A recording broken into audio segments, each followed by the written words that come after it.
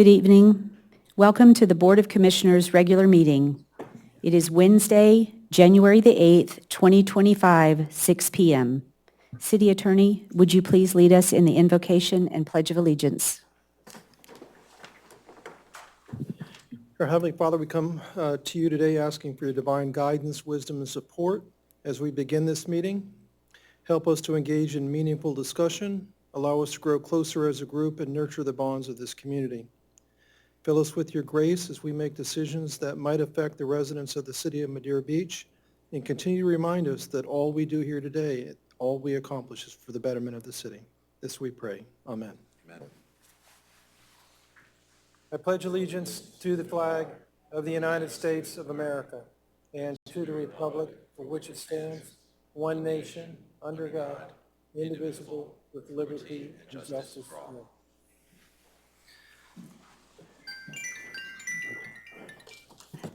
City Clerk, would you please call the roll? Mayor Brooks, Here. Vice Mayor Taglerini, Here. Commissioner Kerr, Here. Commissioner McGeehan, Here. Commissioner Gavayi, Present. all are present. Next on the agenda is our approval of the agenda, and before we approve the agenda, I would like to add to our presentations, Senator Nick DeSigley has come tonight to present to us, if everyone is in agreement with that. Okay? So then do we have an approval of the agenda? So moved. Second? I'll second. City Clerk? Commissioner Gavayi, Yes. Commissioner Kerr, Yes. Commissioner McGeehan, Yes. Vice Mayor Taglerini, Yes. Mayor Brooks. Yes. The motion carried 5-0. We have no proclamations, so first on our agenda is presentations. Senator? Thank you very much, Mayor. Thanks for having me. Happy New Year. I know hopefully 2025 is a lot better than what we experienced in 2024. I wanted to, first I want to thank you, Mayor, for taking the time a couple weeks ago just before Christmas. The Mayor and I sat down and really just had a very candid conversation. I wanted to hear what was going on from the city's perspective in relation to the permits and, storm debris collection, all of the things that not only Madeira Beach, with all the barrier islands here in Pinellas County have been experiencing. And we had a really great conversation. I think there's opportunities for us to continue to collaborate. I'm here to help, and I wanted to get the opportunity to say that to all of you publicly, and then really kind of lay out what I'm looking to do in the legislature to, unfortunately, take a lot of lessons learned. And this is not directed towards anything you all are doing, obviously, but I have the honor of representing District 18 in Pinellas County, which is essentially Gulf to Bay and south. I live in Indian Rocks Beach, and so I'm also dealing with the very same things that many of your residents, our constituents, are facing with the permitting and the challenges of all of that and the frustration of all of that. And then what I call the new F word is, the four-letter F word is FEMA. And we all know, unfortunately, about that 50% rule, et cetera. So, I want to just say, please consider me as a resource. I am fully dedicated to, stop what I'm doing to help you and your staff and this commission, your residents, our constituents, in whatever it is that they need moving forward. I'm very pleased with the conversation that we had and the challenges that you've all have faced in managing and navigating the permitting process. So I'm going to talk about two different things in the legislature that we're going to be focused on. One is an appropriation focus, and another obviously is going to be on policy. I have the honor of chairing the Appropriation Committee on Tourism, Transportation, and Economic Development. A lot of the hurricane recovery appropriations are going to be coming through my committee. Senator Ed Hooper, who represents North Pinellas County, or Gulf to Bay North, which includes the northern part of Pinellas County and Pasco County, he is going to be the chairman of the Appropriations Committee in the House. So he's responsible for an entire probably around $120 billion budget this coming session. And Senator Hooper is also very aware of the challenges of the barrier islands here in Pinellas County. And also, about 6 days after Helene came through, I had the Senate President, Ben Albritton, who lives in Central Florida, come out We spent about 6 hours going up and down the Barrier Islands, speaking with the various mayors. I didn't get a chance to come to Madeira Beach, but when you see one municipality and you see the debris and the sand, you have a pretty good idea of the magnitude of the impact that we've had here in Pinellas County. We spent some extra time in Sunset Beach because I think Sunset Beach, it was hit likely the hardest in the Barrier Islands. So it really exposed the magnitude of what we are dealing with here in the county. And Senator Albritton left very impressed with the need of the legislature stepping up and providing immediate relief for our residents, for our constituents. So from an appropriation standpoint, I'd like to share with you, and you and I talked about this, Mayor, if there's any infrastructure projects that have been impacted by this storm that you all need help with from an appropriation standpoint, whether that's stormwater, whether that's any type of infrastructure, now is really going to be the time to let my staff know exactly what those projects are, the cost of those projects, and then we're here to facilitate and help get that into the hopper so that we can go through that funding process. Because in my view, whether it's Madeira Beach or the 20 municipalities that I represent, Shore Acres in St. Petersburg is another great example.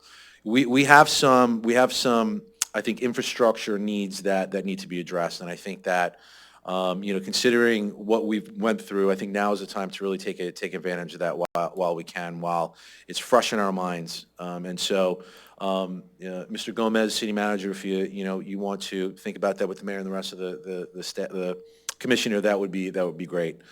So help me help you is basically what I'm saying there. As far as the policy standpoint, what I'm looking at is really trying to create a uniform set of standards post-storm. It's very specific to post-storm and this incredibly frustrating permitting process that we've all had to go through and figure out and try to do the right things, because nobody wants to get in a situation where FEMA is saying you're going to lose your rating and insurance rates go up. None of us want that. But I do think there's an opportunity to create a uniform, set of standards, guidelines, a process, whatever the case might be, so that when this does happen again, and it's not an if, it's a when. Hopefully, it's next 100 years in Pinellas County.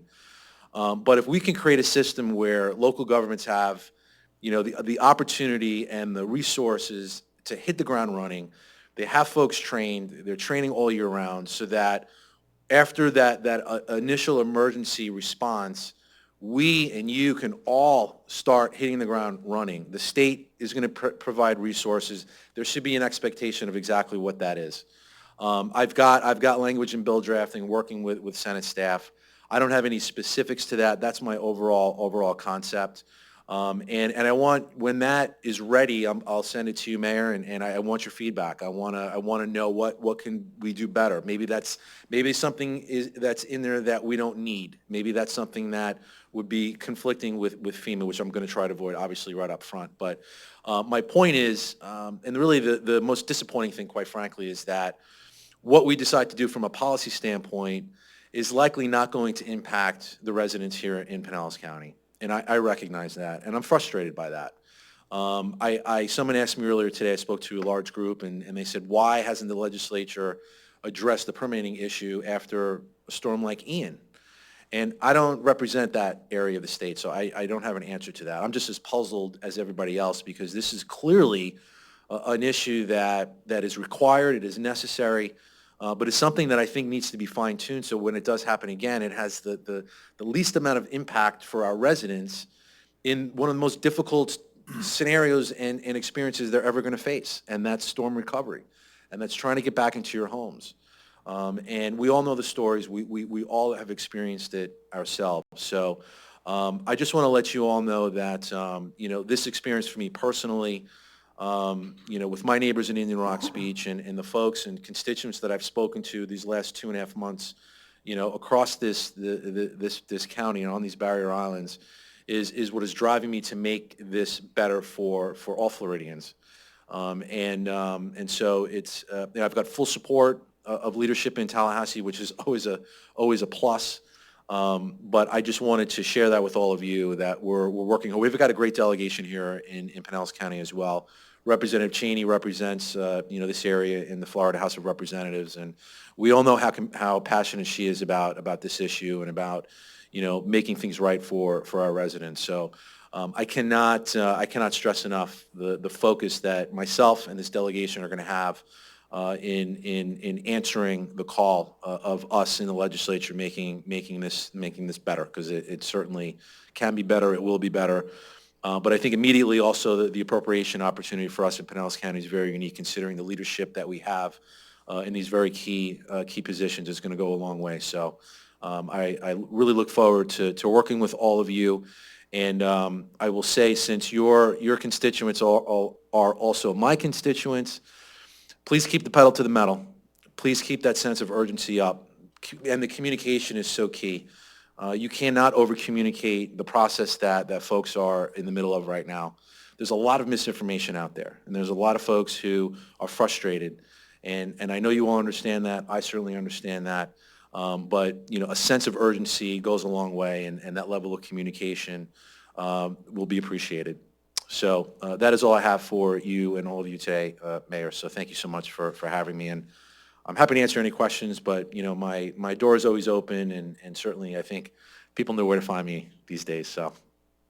Senator, just sir. for clarification, thank Yeah. you for being here, and appreciate that. And so this policy legislation that you're putting together, this will be in addition to any support that FEMA would give us, so is that correct? Yeah, Or- so I'll So say you have to, it has to align, and I'm not making a comment on which way to go. Yeah, no, I'm no, just no, understanding. absolutely. No, and I'll go ahead and explain it. So from a policy standpoint, it's really, we see a lot of holes in the process that you all are taking responsibility of right now, right? And so, FEMA has its guidelines, and I know there's option 1, there's option 2, all of those things. I personally would like to clarify that to give you all guidance of really what can be done and that's laid out from a local government standpoint. And I can tell you this, some are doing it much better than others. And you guys are not at the bottom of that list, I can tell you that.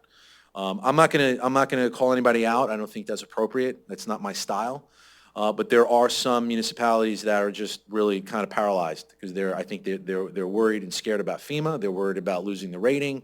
That has created this just paralyzation of a process that should be moving in an expedited manner. And I think the way to do that is to have the information ahead of time, to have that planning ahead of time, to obviously work with not only FEMA, work with the Department of Emergency Management. And I know the mayor and I talked about that. They are here to help. Director Guthrie, and I know his staff has been working with you all probably on a regular basis, and I commend him and thank him for that. But I think that we can lay out a process that we're going to know what that is well ahead of time, instead of reacting days after a hurricane when, quite frankly, it's chaotic. Because many of the decision makers are dealing with the very disaster that your residents are dealing with. And city staff is dealing with those things. It's hard to focus solely on recovery when an individual leader is dealing with that on their own. So if we can lay that out, and then create an opportunity for training for that worst day throughout the year, I think that's going to go a long way in having the ability to hit the ground running. And when I say expedited, I mean this is a process. Those boxes need to be checked, and there's a reason why those boxes need to be checked. But I do think, in the conversations I've had with our constituents and my neighbors, et cetera, they're reasonable people. They understand that this is a large task. Once they understand why we're going through this process and the consequences that come with FEMA, an increase in flood insurance policies and all of those things, it's thousands of dollars for folks who, many of them would have to make a decision on, am I going to pay for my prescription medication? Am I going to pay for my mortgage that just went up because my flood insurance went up? Or do I have to sell my house and go somewhere else because I can't live in a beautiful barrier island anymore? That is the scenario that all of you are trying to avoid. And I think from a legislative standpoint, we can create a very, I think, well thought out, fair and balanced process that you all can follow. And what I can tell you I'm not ever going to do is set any municipality up for failure. That is not my intent. My intent is not to be, kind of that, preemption, Tallahassee knows best. I'm not interested in that. What I'm interested in learning from what best practices you all have experienced and all of the other municipalities here, not only Pinellas, but across the state, and incorporate that into a meaningful, balanced, comprehensive, post-emergency storm permitting package that is going to be used as a blueprint in how to be successful in going through a very, very difficult process. Thank you, Senator. Thank you. I have a question, if I might. Thank you for coming out. Two things I just want to make sure you're aware of, and maybe you can address them. So FEMA has now, and I like the way you started with the four-letter word. That was good. In their calculations for flood insurance, that base flood elevation is no longer, wait a minute. Base flood elevation is no longer a National Flood Insurance Program rating factor as to determine the premium. So we had someone from the insurance agency, whatever, came out about a year ago and gave us the guidelines so that if you raise your home above FEMA standards, and we have 4 foot above base flood elevation for design flood elevation here in Madeira Beach, that you don't get any discount on your flood insurance for achieving that. Didn't know if you're aware of that. I'm not aware of that, no. So these families that are elevating or rebuilding are still going to have huge insurance bills for flood, even though they've done everything they've been asked to. Yeah, yeah. So on one side, FEMA's saying 50% rule, you must rebuild or elevate. You have no choice. But if you do, you don't get any discount on your flood insurance. Yeah, yeah. So I want to bring that to your attention. And I'll just, Commissioner, I'll kind of piggyback on that. My wife and I do not live on the water in Indian Rocks Beach. We live across, we're on on one of the fingers, I'll call it, but, our neighbors across the street live on the water. We're elevated. We live in a Key West style home, so we are in fact elevated. Lost 3 cars that night, lost a lot of personal items, but because we were elevated, our living space was not impacted. So of course, everything underneath is very little coverage for that, unfinished utility room downstairs that we have, our whole life in storage boxes down there. And because of that, lack of coverage, you would think that I wouldn't pay out very much in flood insurance. We pay almost $6,000 a year in flood insurance. And so, of course, that begs the question of what exactly are we doing? Are we contributing to the National Flood Insurance Program, which that is a federal, question, and I'm very opinionated on that, I'm sure, as we all are. I won't bore you with all of that, but from a personal experience, I completely understand exactly what you're saying, and I hope that with the new administration in Washington, D.C., and hopefully a new FEMA director, quite frankly, that we can get some fresh eyes on what's happening, what has happened, some, again, lessons learned, and we can make some, I think, necessary changes at the federal level, specifically around FEMA. Clarity would be a good thing, because if you all have clarity from FEMA, then you can execute what you're supposed to do with all of this permitting, and that is not happening either. You get a I don't know, what do you get, like a workbook or something that you have to interpret yourself? I mean, that's, Right. that's challenging. Yeah, to add to it, you raise your home, you're not, in your case, you're not really insuring anything. Right. There's nothing down there to insure. Right. But the second item is we're so happy to hear that the state will be stepping in and using FEMA funds to administer grants to raise your home. But I want to make sure that you are aware that if you're in a velocity zone, which there's many other homes here in Madeira Beach that are in a velocity zone, you can receive the grant if you elevate your old 50-year-old home. But if you build new to the same FEMA standards, you do not qualify for the grant. And when I asked the state, they said, well, we're just following FEMA guidelines. So you look it up in the FEMA guidelines, and that is what they say. Just doesn't make any sense. Yeah. So, Okay, I got you. I'll look deeper into that. This first time I've heard of a velocity zone terminology.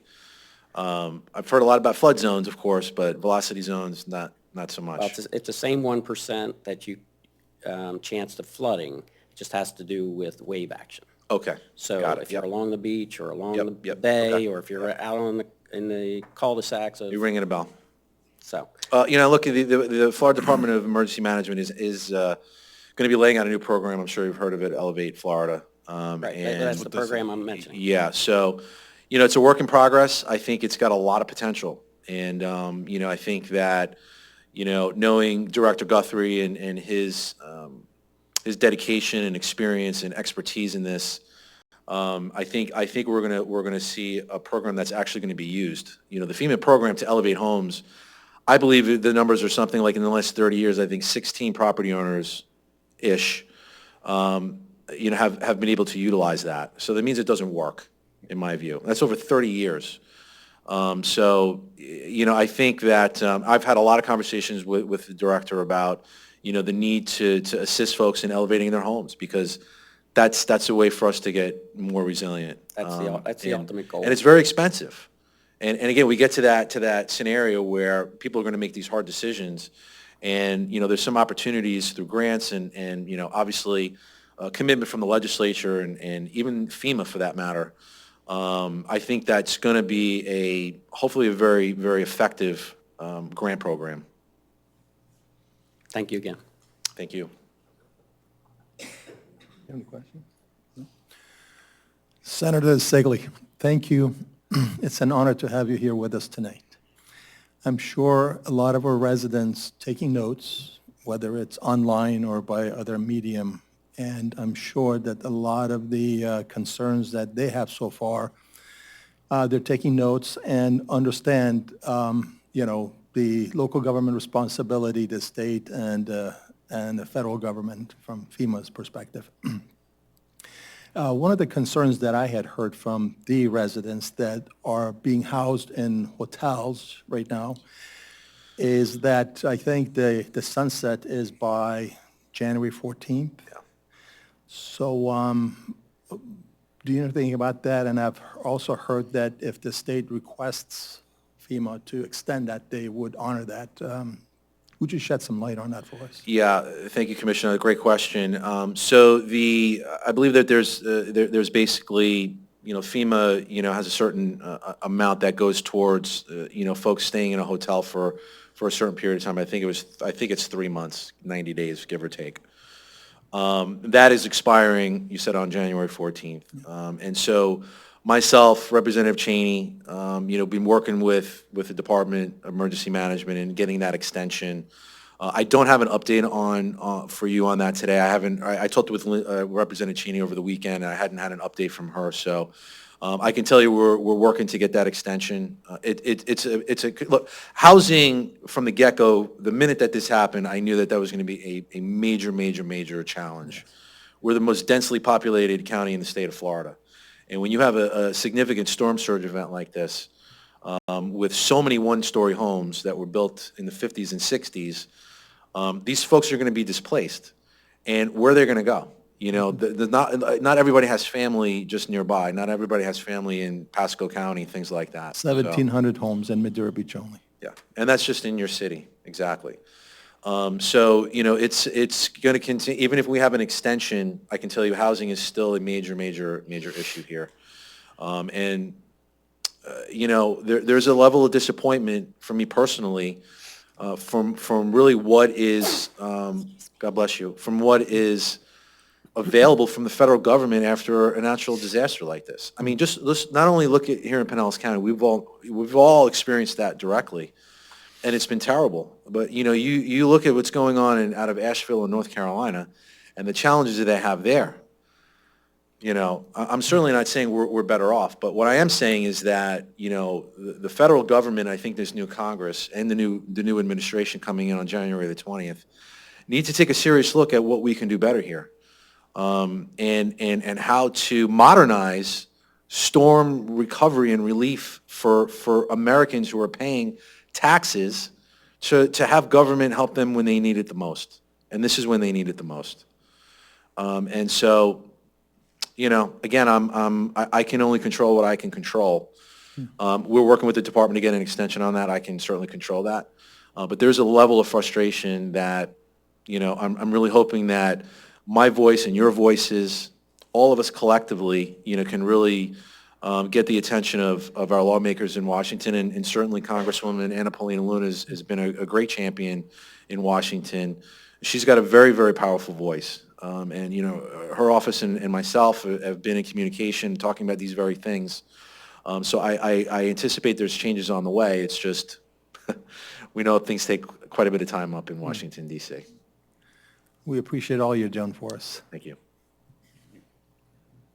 I actually don't have a question, just a comment. Senator, thanks for coming out. Thank you for having me. What you brought up about post-storm standards and a uniform set of standards, I think that's an excellent idea.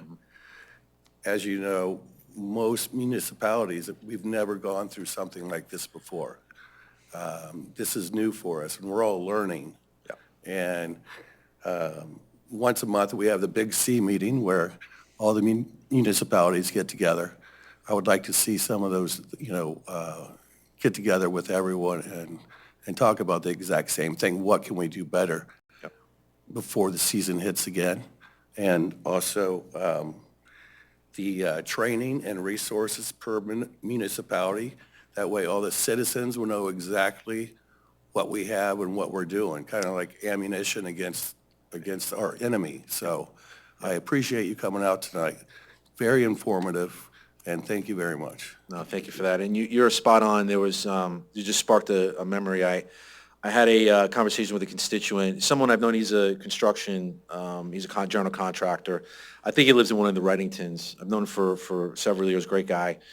And, he again, to my earlier point, he understands that this is a enormous, task.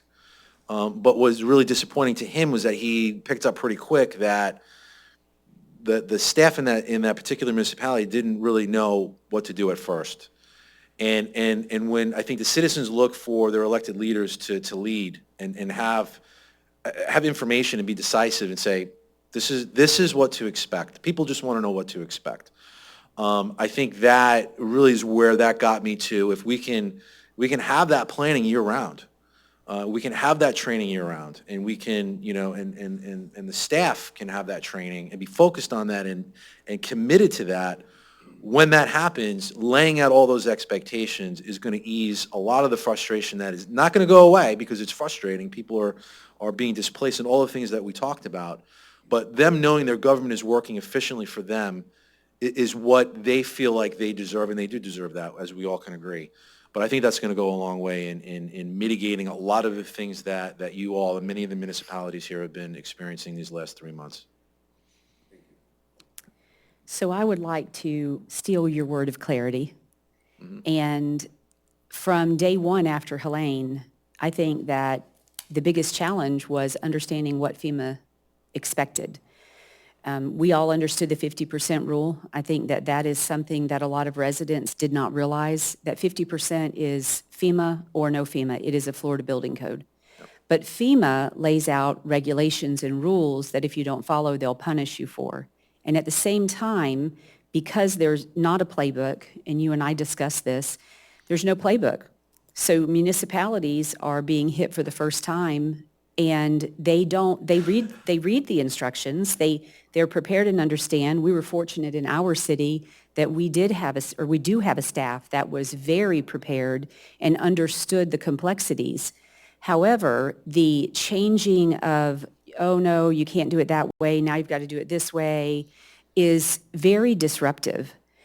And when I look at the members of our community who are displaced from their homes, my frustration comes in that they're displaced. We're working as fast and hard as we can. Many of our staff are working 7 days a week, 10, 12, 14, 16-hour days.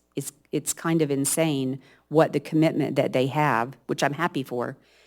But we're working all of the hours to try to get people back in their homes as quickly as they can. And FEMA says you have to do it this way. So that way takes longer than if we were just doing, if everybody in our community that got flooded didn't flood and they were just coming in for a remodel and they couldn't go over their 50%, our process would be different. So FEMA requires the process to be longer. They don't give clear direction. So I think that if the state came up with clear direction that everyone could use instead of every municipality in Pinellas County trying to figure it out with the county, which is not a good use of time. But the problem even more is we're telling people you can't rebuild your home because you need to wait for this process that's taking an exorbitant amount of time. And oh, by the way, you can't live in your home. We've provided you with temporary housing relief, and on January 14th, that's over. Figure it out.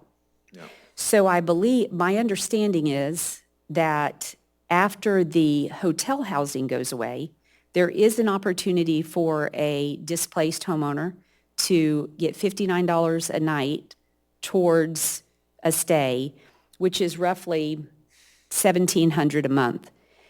Number one, you'd have a hard time finding a place to live in Pinellas County for $1,700 a month on a good day. You're not going to. And on this day, when the housing market is just, there is nothing, I really, and I had reached out to Representative Cheney about the housing issue, and I love hearing that you are working on that or inquiring on it. It would be wonderful for the constituents all up and down the Barrier Islands to be able to keep their hotel rooms longer, giving the municipalities the time to get their permits turned around. And then the other thing is that the struggle I've also heard is the housing that had been mobile homes or the travel trailers, that has become a very difficult adventure for a resident to get a mobile, or I call it a mobile home, it's a travel trailer placed on their property that they can live in, which in Madeira, you can get a permit. You just go on and apply, you have it. It's quite simple. To allow someone a place to live on their property where they can be there while the construction is going on to make sure that there's, the vandalism and the bigger and these kinds of things.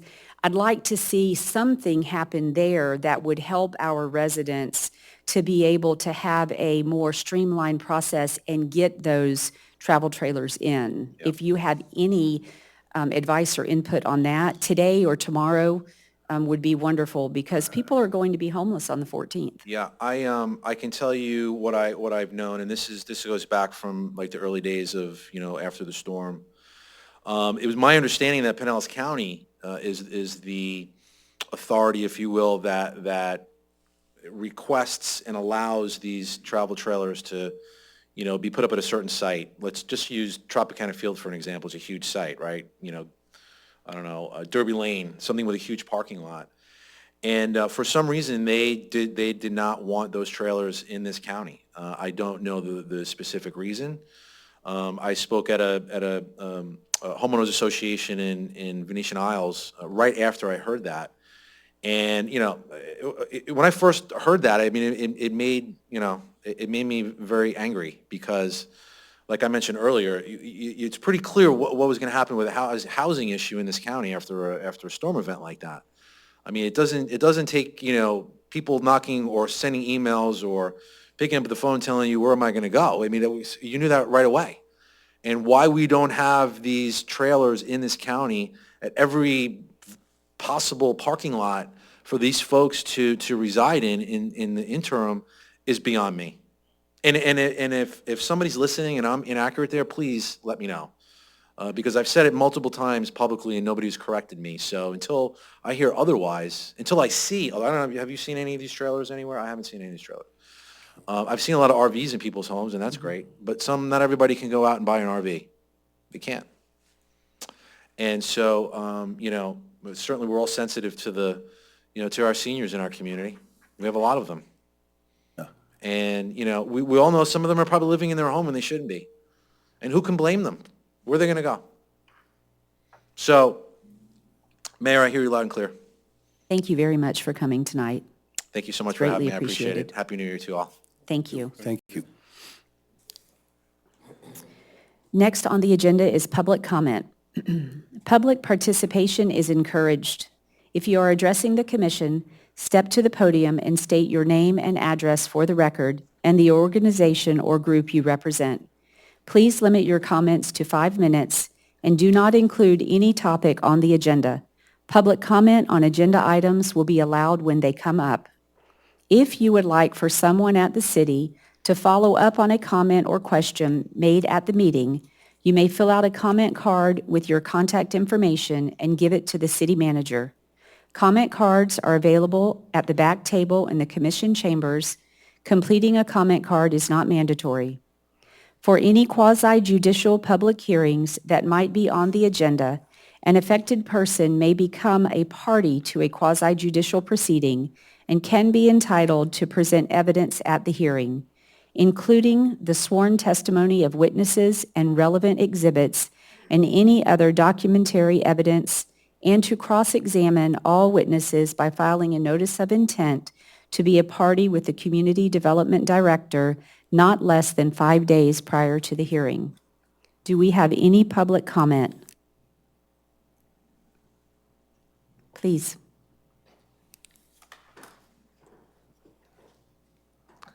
Hi, Theresa Nelson. I live on 140th Avenue, so I'm a resident. First of all, I want to thank you, Mayor, the commissioners, Senator who left, and the city staff for everything that you're doing. I know you're working really hard, and from everything that I've heard, you're also working on the most important priorities, which are helping residents be able to get back into their homes and have some stability within their lives. And I know businesses are likely an important aspect as well. So I preface that because I'm going to make a couple of comments that I don't want you to think, oh, I'm focused on the trivial issues. My background's about 40 years in environmental health and safety and the military, where I spent my last 10 years as the DOD representative to the FEMA between the Commonwealth of Virginia and FEMA. So I've seen this process from that level, but certainly never experienced it, and now I have, like you all. But a couple of things I wanted to bring up really have to do with public safety, and it may be that you're already working on these, but I bring it to you in the vein of, is there more that citizens can do to help with recovery? So, a couple of things. There's a lot of paint and hazardous chemicals that are still left behind, and many of these are by homes where there no longer are people. So federal and state laws exempt household hazardous waste, but that means you have to have a household who can pick those things up and take them now. And, my concern is that eventually, and not today, it's going to get hot again, and some of those containers are going to get pressurized, they're going to burst, we're going to get rain again, and this is just going to go, into our waterways, which are our major asset, right? It's the beaches and the waterways when you start looking at the long-term recovery for the community. Those are our assets. So the laws prevent me from being able to go around and collect this stuff and take it over to Pinellas County. I don't know if anyone has approached the state about any way that we can work around this. Could Madeira Beach run a household hazardous waste day that we have closer? I know there was one, and again, a lot of these people aren't here. So what are they supposed to do? What are the rest of us supposed to do? So somehow there's going to have to be some level of exceptions relative to the regulations in order to be able to do something other than have all those chemicals laying out in people's yards. Just a couple other public safety related things. I assume that it's the state's responsibility to work on the sidewalk crossings with the lights that aren't working. I'm sure you've heard all about that, but that becomes dangerous. And then some of the places where there's still things covering sand piles or debris piles on the major sidewalks on Gulf Boulevard. And again, just trying to think of the long range of as we try to draw people back into the communities so that we can ultimately, take advantage of the assets, the beach and the waterways that we have. Again, I bring this to you in the vein of not criticism, but is there something that, citizens can do to help? I speak the language on the environmental. If there's some way that, I can help by making some calls to people, I'm more than willing to do that. So thank you. I'm sure my 5 minutes is up, but thank you for listening, and again, appreciate all your hard work, and please keep it up because people need you. Thank you. Thank you very much. Do we have any additional public comment? With no additional public comment, we will move on to approval of the minutes. Has the commission had the opportunity to review the minutes? Does anyone have any changes? No, I think they're fine. I'd like to make a motion to approve the minutes as written. Do we have a second? I'll second. City Clerk, would you call the roll, please? Commissioner Kerr, Yes. Commissioner McGeehan, Yes. Commissioner Gavayi, Yes. Vice Mayor Taglerini, Yes? Mayor Brooks. Yes. The motion carried 5-0. We have nothing on the consent agenda, so we will move on to public hearings.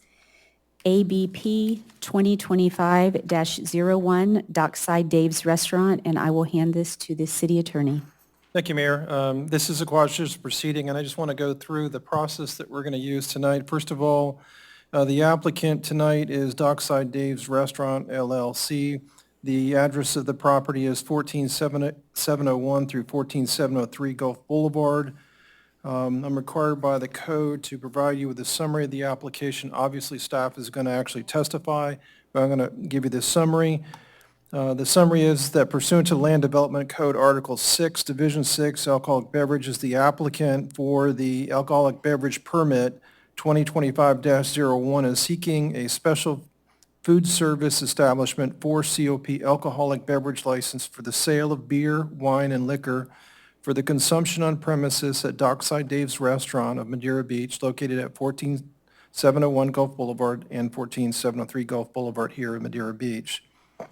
The standards to be applied tonight are set forth in Code Section 110-532, and I'm just going to read that quickly. When considering the alcoholic beverage application, the Board of Commissioners shall consider the following factors. Number one, the extent to which the location and the extent to which the proposed alcoholic beverage request will adversely affect the character of the existing neighborhood. Number two, the extent to which traffic generated as a result of the location of the proposed alcoholic beverage request will create congestion or present a safety hazard. Number three, whether or not the proposed use is compatible with the particular location for which it is proposed. Number four, whether or not the proposed use will adversely affect the public safety. And number five, no application for review under this section shall be considered until the applicant has paid in full any outstanding charges, fees, interest, fines, or penalties owed by the applicant to the city under any section of the code. The burden of proof tonight is set forth in Section 2-10 of the city's code, and it reads as follows. The applicant shall have the burden of proof at the hearing to show by a greater weight of the evidence that the application is consistent with the city's comprehensive plan and complies with all procedural requirements of law. Conditions may be suggested by the applicant, the city, or any party, or may be imposed by the board, which are intended to ensure consistency and compliance. The identity of the parties tonight, there's only two. There have been no notices of intent that have been filed with the cities. The two parties are Dockside Dave's Restaurant LLC and the city, of course.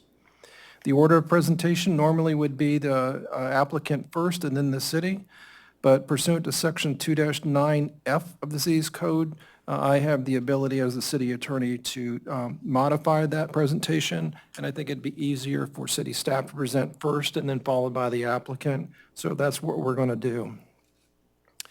I'm going to read the quasi-judicial procedures. This is a quasi-judicial proceeding where the Board of Commissioners acts in a quasi-judicial rather than a legislative capacity. At this hearing, it is not the board's function to make law, but rather to apply law that has already been established. In this quasi-judicial hearing, the board is required by law to make findings of fact based upon the evidence presented at the hearing and apply those findings of fact to previously established criteria contained in the Code of Ordinances in order to make a legal decision regarding the application before it. The board may only consider evidence at this hearing that the law considers competent, substantial, and relevant to the issues. If the competent, substantial, and relevant evidence at this hearing demonstrates that the applicant has met the criteria established in the Code of Ordinances, then the board is required by law to find in favor of the applicant. By the same token, if the competent, substantial, and relevant evidence at the hearing demonstrates that the applicant has failed to meet the criteria established in the Code of Ordinances, then the board is required by law to find against the applicant. At this point, I need to ask the commission whether or not that you have received any or need to disclose any ex parte communications that you've had with the applicant. Anyone? No. See, no. Any conflicts of interest that the commission needs to disclose? No. No? Okay, at this point, I need to go ahead and swear in the witnesses. Is the applicant here tonight? Okay. So if you would stand up, raise your right hand. Mr. Morris, would you stand up, raise your right hand? I'm going to swear you on oath. You swear the testimony you're going to give tonight is going to be the truth, the whole truth, and nothing but the truth? Okay, thank you. Okay, so with that, we'll allow the city staff to go ahead and make its presentation. And of course, you have the packet in front of you, and I assume that the city will be asking that to be received into evidence. Yes, I do. I want it to be received into evidence. Okay, if you want to go ahead, Mr. Morris. The reason why this alcohol permit is in front of you tonight, it's related to, in our code, when an existing alcohol property that has an alcohol permit wants to do an expansion above 10% of their square footage of alcohol sales, they have to reapply for that expansion, which is in that section 110-535.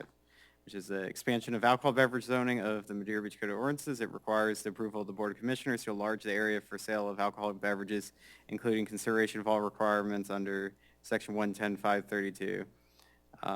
Consideration of alcohol beverage application, Dockside Davis is in the C3 Retail Commercial Zoning District and has both properties have the future land use designation of residential office retail.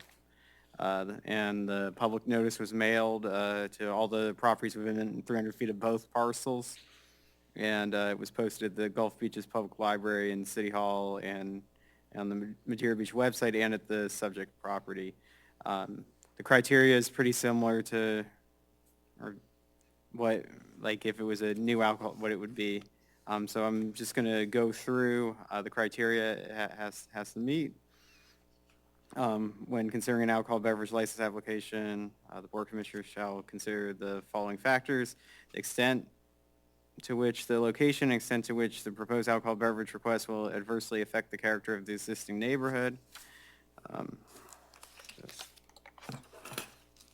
Dockside Dave's alcohol expansion to the adjacent property will not negatively impact the existing neighborhood character. The existing neighborhood is mostly commercial or multifamily uses, and the existing restaurant already has a special food service establishment for COP alcohol license to serve beer, and wine, and liquor on premises.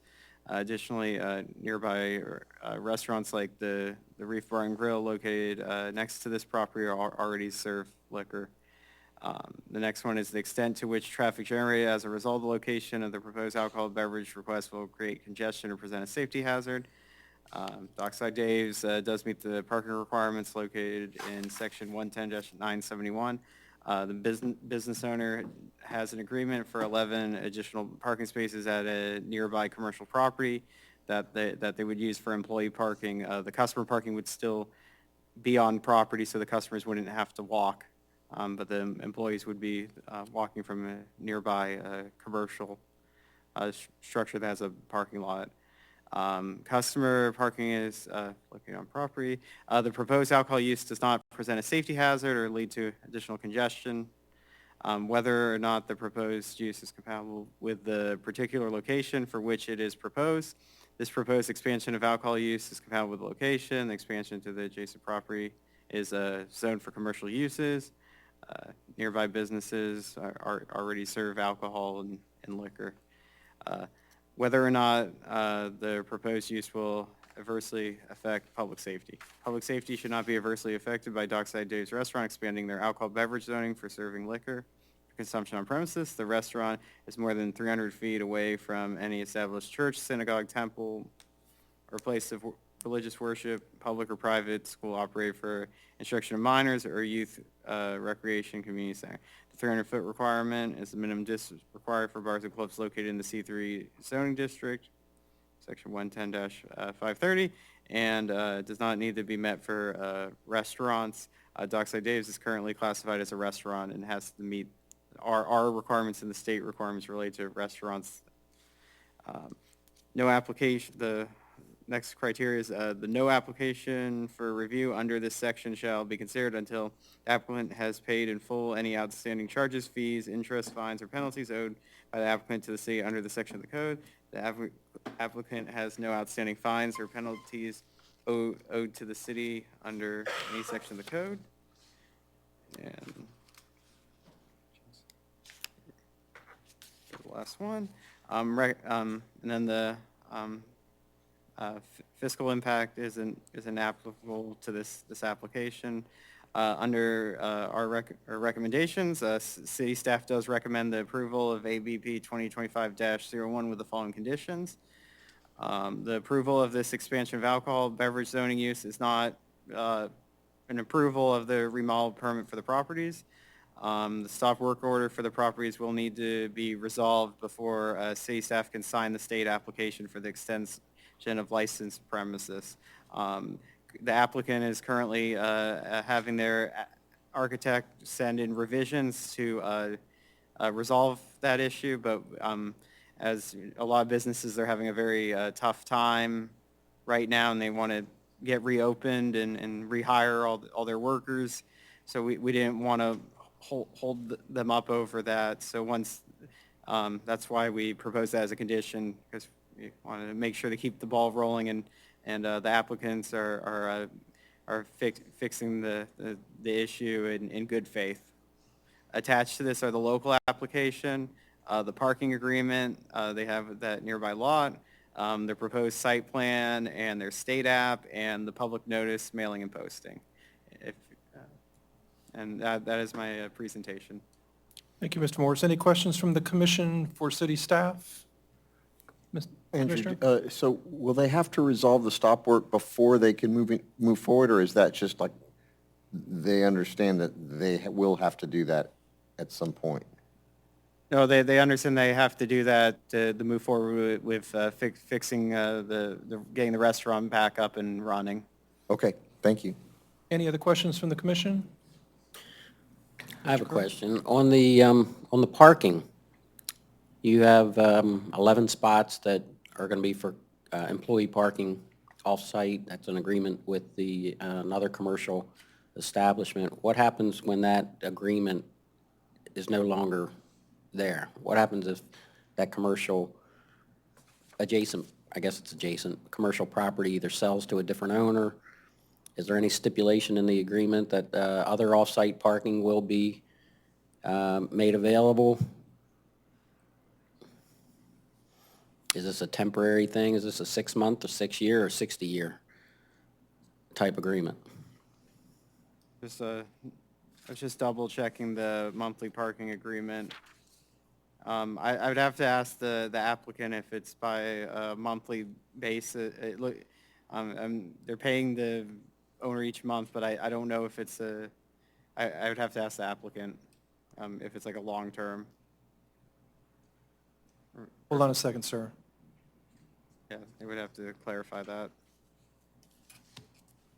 Any other commission questions? Okay, thank you. I'm sorry, I have a question. Okay. On the application, they make a reference to the number of employees to be 30, and on the site plan it says 10. I'm just guessing that probably the 30 might be, different shifts. So that's. Direct your question to Mr. Morris. If he doesn't know the answer, the applicant probably can. Yeah, I think it's usually 10 on a shift, but 30 in total, but the applicant can clarify that. And then the other question I have, how do you calculate parking requirements for this particular use? In the section of the code, you have, for restaurant uses, you have to calculate for both the seating, for the employees and for any dance floor type use. So I had to do it's usually a parking spot, I think, for every 4 seats and then for every 2 employees. And we do have some parking credits related to bike racks, but yeah, I had to run through the numbers, and they needed the additional parking offsite for the employees to meet the number for the expansion. On the plan, it just makes a reference to total parking requirements, 42, but it doesn't say how they achieved that number 42. So that's something that I would like to basically ask and find out about. And then the other question I have has to Why do don't we, with... why don't we let him go ahead and answer that question? Do you have the answer to that, Mr. Morris? Oh, I did a Excel spreadsheet of the parking count. I didn't include it with this staff report. I guess for future alcohol permits, I could include that. But the additional parking was what fixed it. But I don't have the exact counts on me, on hand right now. But is it your testimony that they meet the parking requirements as required by the code? They do, and I did an Excel spreadsheet where I had to run the numbers based on what they gave me, including the additional 11 from the... Okay. Commissioner, did you have other questions? Just want to make sure they also meet that 50% FEMA rule, just to throw it out there. Well, that's a building issue. That would be when the building permit is being considered. You could make that obviously a condition to the application if you wanted to do that. But they are, Mr. Morris, they are going to be required to meet all current Florida building code requirements, correct? That is correct, and that they must meet that. And the approval of this wouldn't, like if this got approved and they didn't, they still have to meet the FEMA 50%. This doesn't impact that they still have to meet it. Thank you. So is it Mr. Nazario? If you could step forward, sir. You have been sworn under oath. This is your opportunity, first of all, to ask any cross-examination questions of Mr. Morris. If you don't have any questions of him, you can make any presentation that you want. Sure. Thank you for having me, everybody. I appreciate it. Andrew, I appreciate your your hard work and effort. And Anne Marie, this is the first time I get to see you on that chair, so congratulations on the promotion. I can answer anything that he wasn't able to answer. I followed all the criteria and all the guidelines. If you look in the packet, it actually has in the blueprints exactly how many parking spots we have. It's numbered on the thing, exactly how we're laying it out, down to the bike racks, motorcycle parking, as well as the excess parking. I just wanted my employees to have a place to go so that we can get and take care of as many guests as possible. The whole point of the building next door is we already utilize that building. That's where our storage is. That's where our walk-in coolers and freezers are. It's just not being used right now. So I wanted to kind of incorporate that. During those 2 months during season, our restaurant is completely slammed. I mean, like wall to wall. I have people hanging out in the street. I want to incorporate that, so I say, hey, you know, while you're waiting for a table, why don't you guys go hang out in here? Give them a place to hang out, grab a drink, maybe grab some bar bites. Maybe put a projector in there if people want to rent for game space or something like that. If our, Bucks make the playoffs, like, hey, who wants to rent this game space? Make it like something of entertainment purpose. It's just, it would look a lot better. I can incorporate it, make it, a more beautiful area. The whole front of our building can be beautified and looked up. It just doesn't look clean right now. And I just think that utilizing that space would definitely help the business. And what were the other questions that I believe you had something else, sir? As far as your employees, I think you have maybe 10 employees Per shift. Maximum per shift. Yes, sir. Okay. Yes, sir. 30 total, 10 per shift. Yes, it's just that the application did not clarify that. Just for clarity, that's all I asked that question. Yep. Yes, sir. But we're extremely happy to have you here in Madeira Beach. We have frequent there, and I know you're very, very busy, and the food is excellent. And I know there's a lot of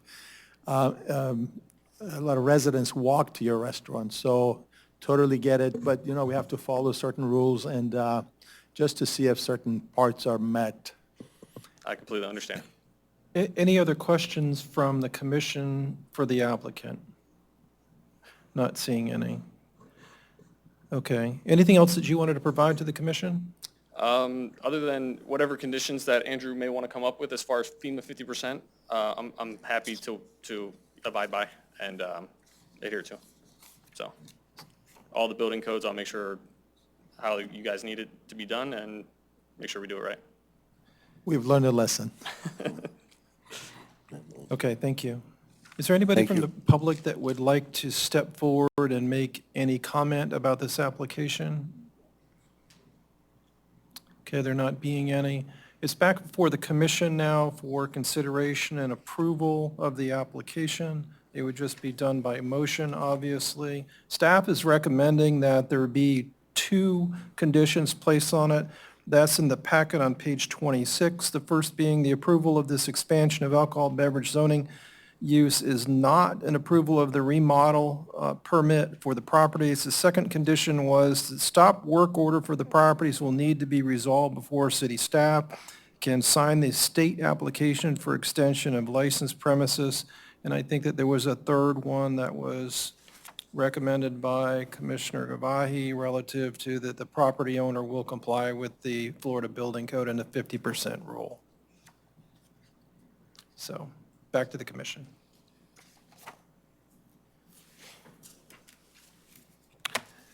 Questions, Any comments? comments? No, just a comment. Dockside Dave's is an institution here, Yes, it is. and I'm happy to see them expand, and I think it's a great idea. Yeah, no, I definitely support Dockside Dave's. That being said, that, the parking thing needed a little bit of clarity. And sounds like you have a long-standing relationship with the adjacent owner. It's not just parking, it's additional things. If memory serves me correctly, before the storm, maybe 6 months ago, maybe 9 months ago, I thought we had already approved this. I don't know how it differs. But I do recall you being in. I guess the storm changed some things, so you had to reapply. But I would be in support of approving this per the recommendation set. Comments? Well, Dockside Dave's has been a great tradition here in Madeira Beach. It's a win-win for our community. We need to get people in here. We need all of our commercial businesses open, our retail shops open, less red tape, and as long as we adhere to what the standards that we have, I think it's a great win-win for Madeira Beach. I agree with all the commissioners. I agree. We approved, when Dockside Dave's was before us previously, we approved their liquor permit. And I remember when we approved it, when it came before us, as often as we've gone there, I didn't realize they didn't have liquor. So I guess we were just drinking beer and wine. We were super happy about that, and then the hurricane came. So after reviewing the plans, I think that the use of that building is fantastic. And having eaten there so many times, I know that although parking is a big deal and we should always be conscious that we follow the rules, many people who go there walk. Or like my husband and myself, we ride our bicycle. So I would support this wholeheartedly. Attorney, do we need a motion? Yes, we need a motion to approve with the conditions. I move the approval of APB 2025-1 with the indicated conditions. Do we have a second? City Clerk, would you call the roll, please? Vice Mayor Taglerini, Yes. Commissioner Gavayi, Yes. Commissioner McGeehan, Yes. Commissioner Kerr, Yes. Mayor Brooks. Yes. The motion carried 5-0. Next on the agenda is unfinished business, Johns Pass dredging update. Thank you, Mayor and Commission. I think as all of you are aware, and certainly many in our city, the city spent several years looking for an appropriation to dredge a part of the waterway on the Johns Pass waterway, specifically on the north side of the waterway, just to the east of the bridge over to Treasure Island, the drawbridge. In the 2022 Florida legislative session, the legislature appropriated a little over $1.5 million for this, to dredge this part of the Johns Pass waterway. Later that year, the city contracted with Aptim Environmental, the kind of coastal management construction contractor for Pinellas County, to work on the process of this project to get the dredging, specifically permitting that is required from the Department of Transportation, the Florida Department of Transportation, the Florida Department of Environmental Protection, and the United States Army Corps of Engineers. Those three agencies are responsible for certainly the usage of the waterway, the management of the bridge, and the overall management of the waterway, and that is proposed for the dredging.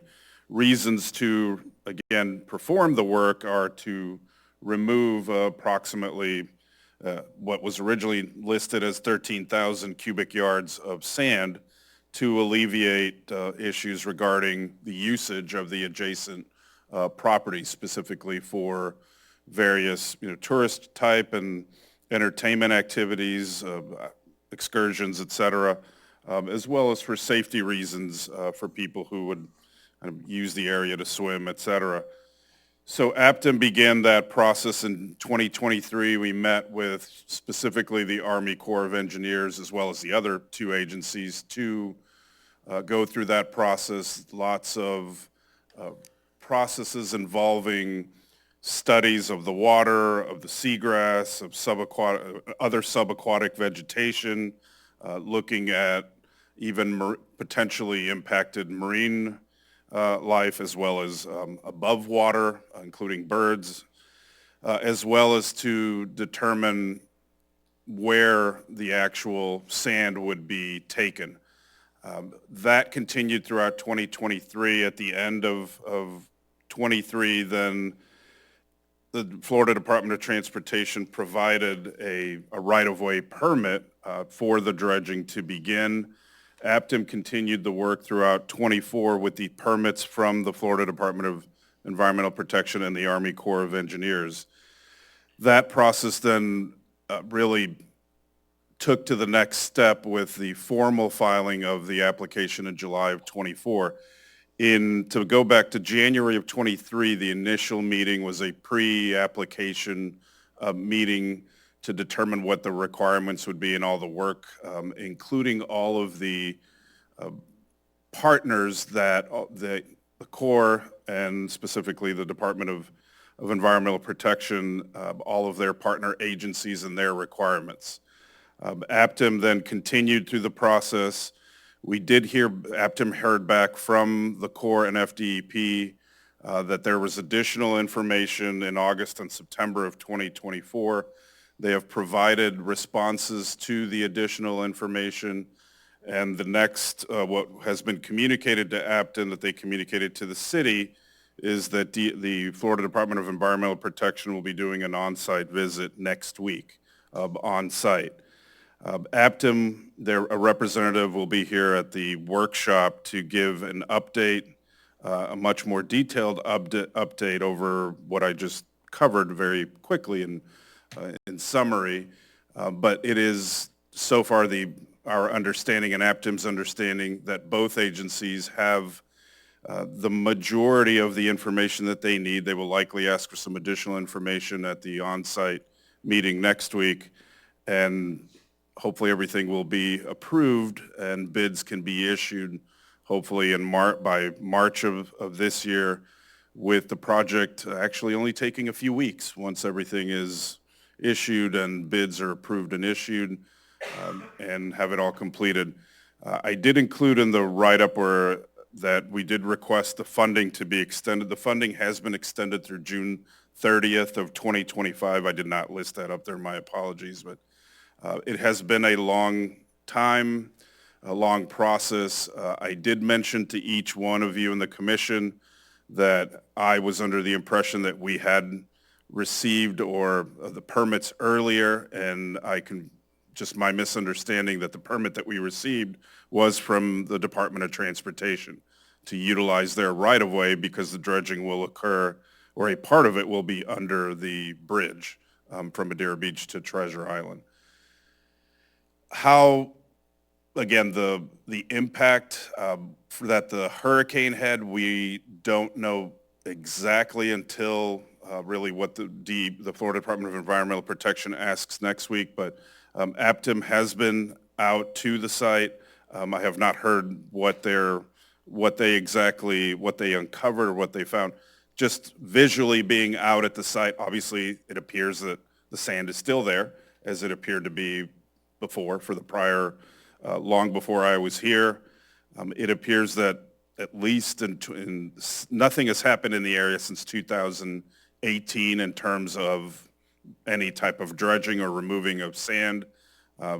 Also during this process, the Florida Department of Environmental Protection requested that we obtain a right of access or a construction easement from the adjacent property owner. That happened almost one day to the next. That was not an issue from the property owner, and I know that there are literally thousands of individuals that are waiting for this to happen, and we are approaching that time where it will occur. I've been asked, well, again, as I said a moment ago, did the storms have any impact?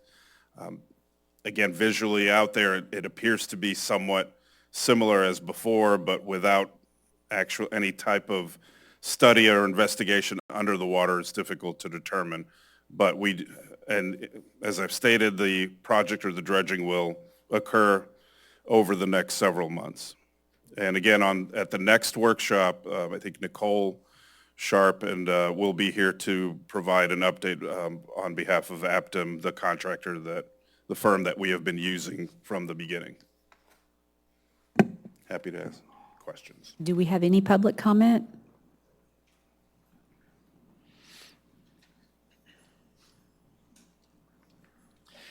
Good evening. This is going to be really quick.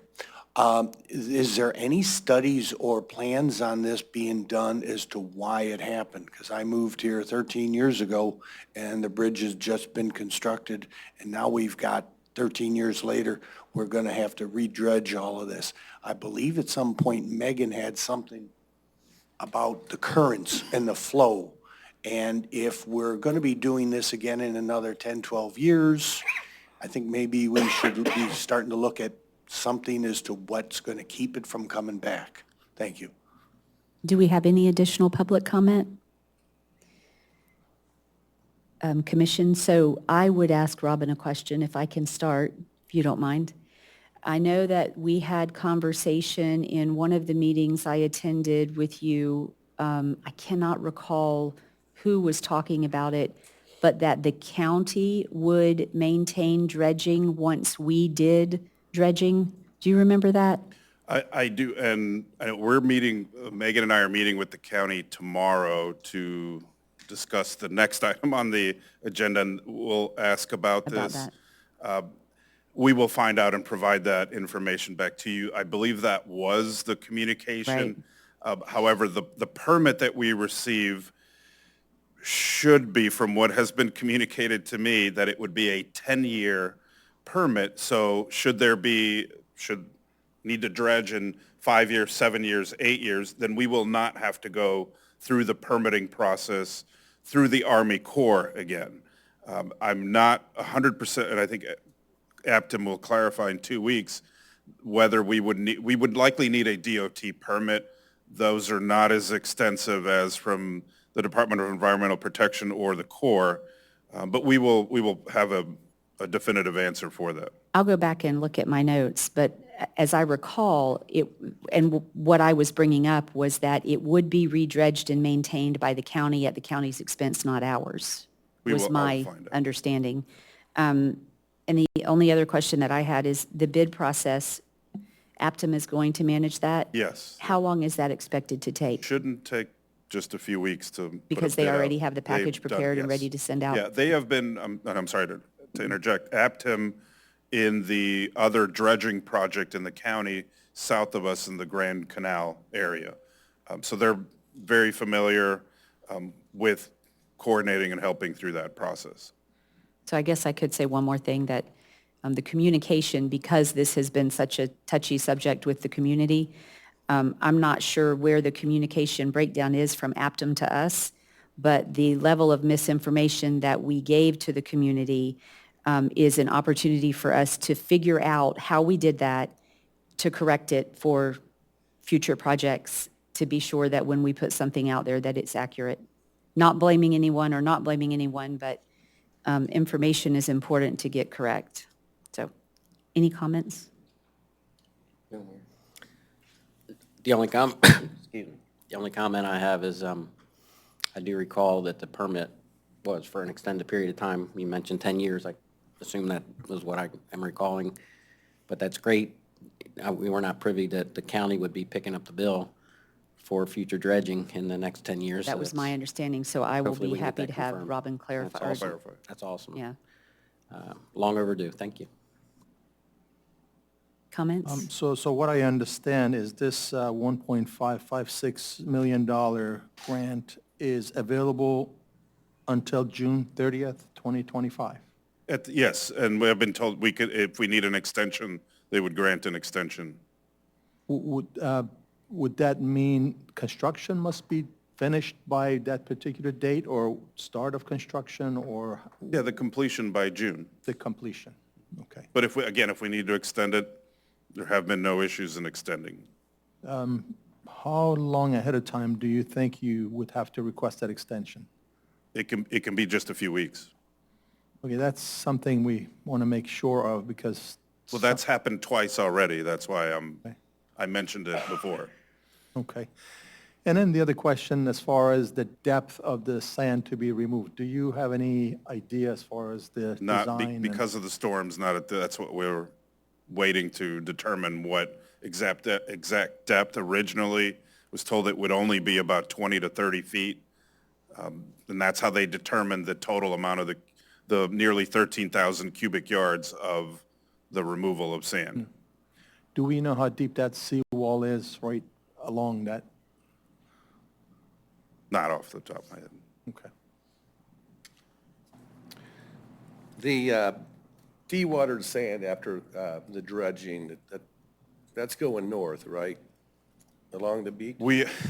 No, you mean on our sand? Yeah, and thank you, I neglected that part. Yes, we are looking to have the sand placed on our beach. Yeah. That's the plan, to do that. Any additional comments? Thank you.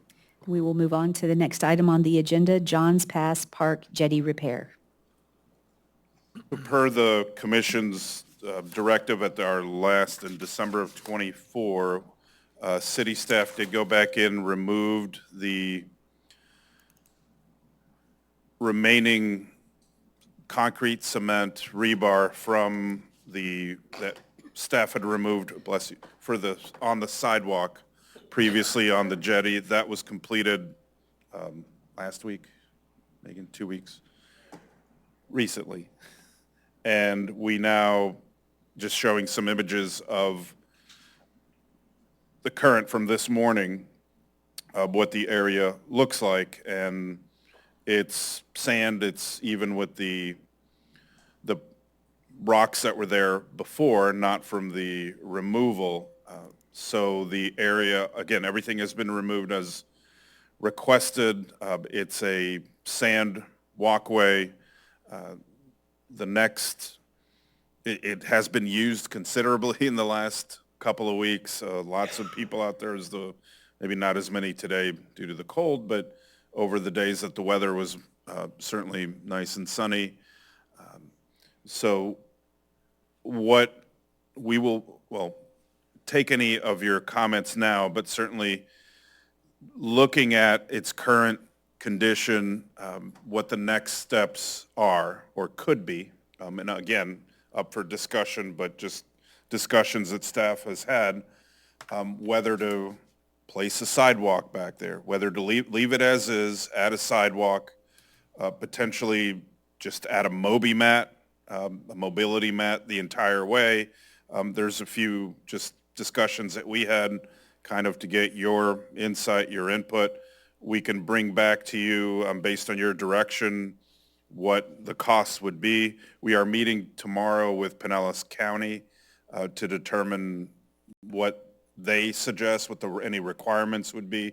I shared with all of you that we do not need a permit from the U.S. Army Corps. Their jurisdiction is the waterway, similar to the dredging. They do not have jurisdiction above the water, so nothing with the rocks that you see in the image or the sand or the sidewalk that was previously there. So that's the update on it. Any, again, from your direction, suggestions, guidance, whatever we decide, we would bring back to you in a workshop and go from that point. Do we have any public comment? With no public comment, commissioners? I just want to say I appreciate how quickly city staff and management took care of this and made it available to residents. As far as rebuilding a sidewalk, I'm not opposed to it, but I'm in no hurry to do it because to me it looks like all the other passes now, like Blind Pass, Pass Grill. It's rocks and sand. So thanks for doing it so quickly, and I'm not in any hurry to put a sidewalk down.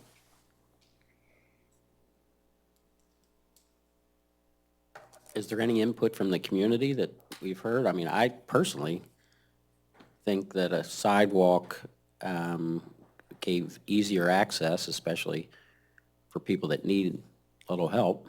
And, you know, a lot of carts get pulled out there. I'd like to see a sidewalk go back in, but I'd like to hear input from the community. Commissioners? I know it has to be ADA compliant.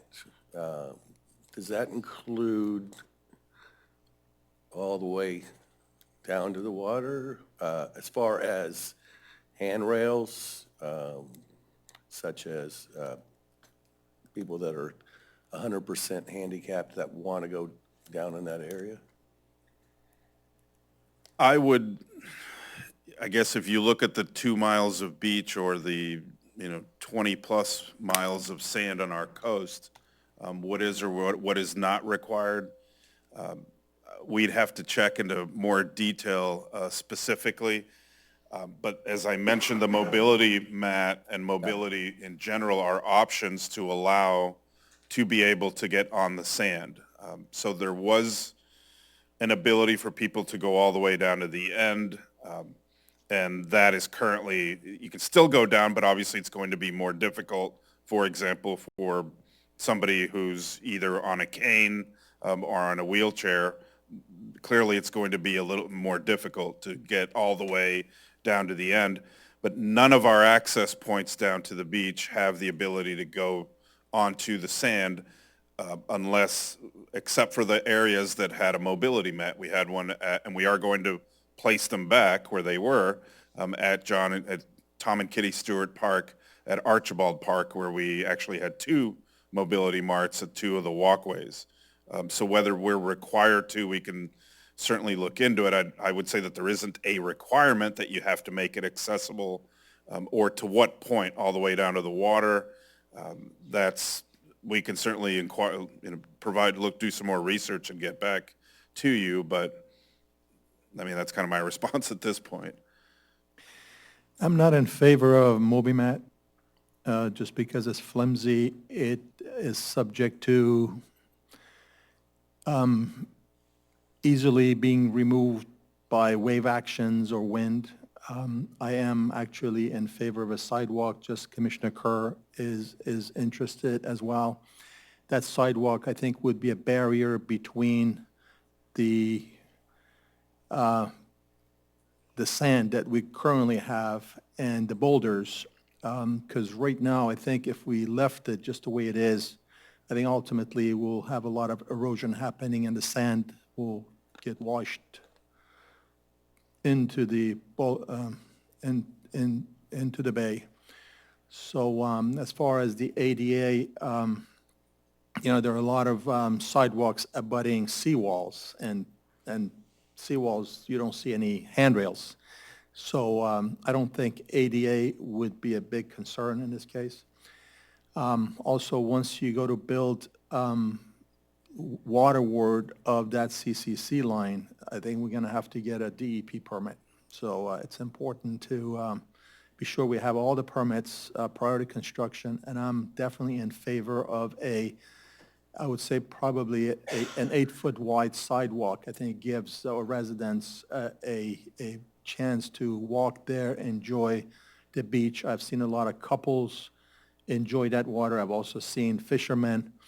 I've often walked on the beach, and then this sidewalk has been like a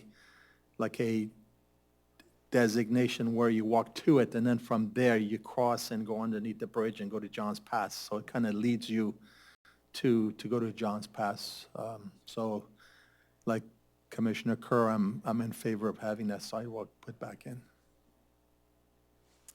I have spent more time at the jetty since it was jackhammered out than I had ever been there collectively in my time in Florida, which is, I was born here, so. And I've had the opportunity to speak to many Fisher people that live here, drive here from Orlando just to fish here. And I was sharing with Megan one day that, I mean, my husband and I were down there, we've been down there several times, that sitting there and the Fisher people are catching fish, and it's, I mean, the lure hits the water and boom, they got a fish. The lure hits the water and boom, they have a fish. It's amazing how many people go down and fish and enjoy that area. I would love to see a sidewalk go back, not necessarily for the person who's going to fish, because I think that many, I'm not going to say all, but many of the people who fish there don't fish from the sidewalk. They fish off the rocks. So they would get on the sidewalk and go on the rocks. Some people did, but the amount of people who enjoyed walking on the sidewalk and walking out, and if you're in a wheelchair or you're handicapped, the only way that you would be able to access the end of the jetty is if you had a sidewalk. I think a Moby mat is a neat alternative to do until we get it. I personally never realized how useful a Moby mat was until I was over at Archibald one day, and I watched 2 people use the Moby mat when it was there that would not have otherwise been able to access the beach.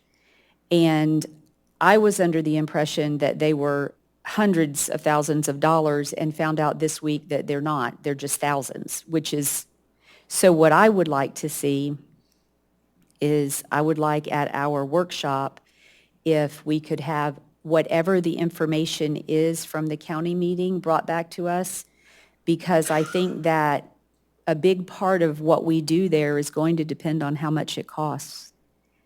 Not that we won't do it ever, but we may not be able to commit to it this year based off of what the cost is going to be.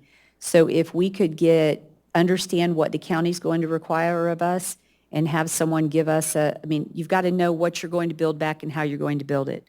What is going to be required? Are ADA compliant handrails going to be required? Can we do an 8-foot sidewalk there? All of those things I think would be important. I'm 1,000% in favor of a sidewalk.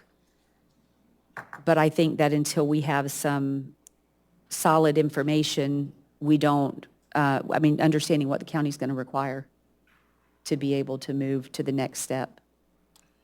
Just to add to that, thank you all. Mayor, you're correct. The mobility mats are a lot less expensive than sidewalks, considerably. I believe, and Megan, you can correct me, but for 100 feet Moby mat, and it's 6 feet wide, 6.5 feet wide, under $5,000 for 100 feet. I believe an estimated distance from what the previous sidewalk would be just under 200 feet. But again, a mobility mat may not go, we would have to determine how far down on the sand it would need to go. But again, that would be significantly less expensive, different. It is subject to environmental conditions, particularly. We would remove it on an impending storm, clearly, because the water and the waves, and that's what we have done at Archibald Park and Stewart Park when significant storms are approaching. But certainly a sidewalk would be considerably much more expensive, but I see the kind of the need to have and the ability for folks to go and walk all the way out. Also, at the end, it would require railings for safety, just as were there before, but again, the storms created damage to that. I also want to point out before or after the storms, and I think if you went out and walked, and Mayor, you did quite a bit, and so did Commissioner Gouvet, the sand had eroded underneath, so it was a little bit more of a step to get up from the sand. And I know some folks, when I was out there, as a matter of fact, and I happened to have my shirt, and this was, I mean, there weren't very many people out there, but, you know, they asked, are you going to fill the sand back in? And I said, that's a great observation. I thought the same thing. But the first, where would we get? And I said, well, we're going to dredge right here, but later, into the year, so we could fill it in. But we would have needed to have filled quite a bit of sand to make it as it was before and alleviate a little bit of a hazard. Not a huge hazard, but certainly could have led to people tripping trying to walk up from the sand. Over time, the sand would have likely filled back in. We're 3 months after the second storm. We're starting to see sand accretion on the beach. Walking, you see that there's a ridge kind of in the middle, and then the lower part where we did lose about approximately, on average, probably 12 to 14 inches. It's realistically now kind of like 8 to 10 inches as more sand is starting to fill in. That'll take time, obviously, to accrete, but we will bring that back, the information from that meeting. We have not scheduled, I don't think, to meet with FDEP, Megan. Waiting just to hear back from the Florida Department of Environmental Protection. We will bring all of that information back in 2 weeks. Anything further?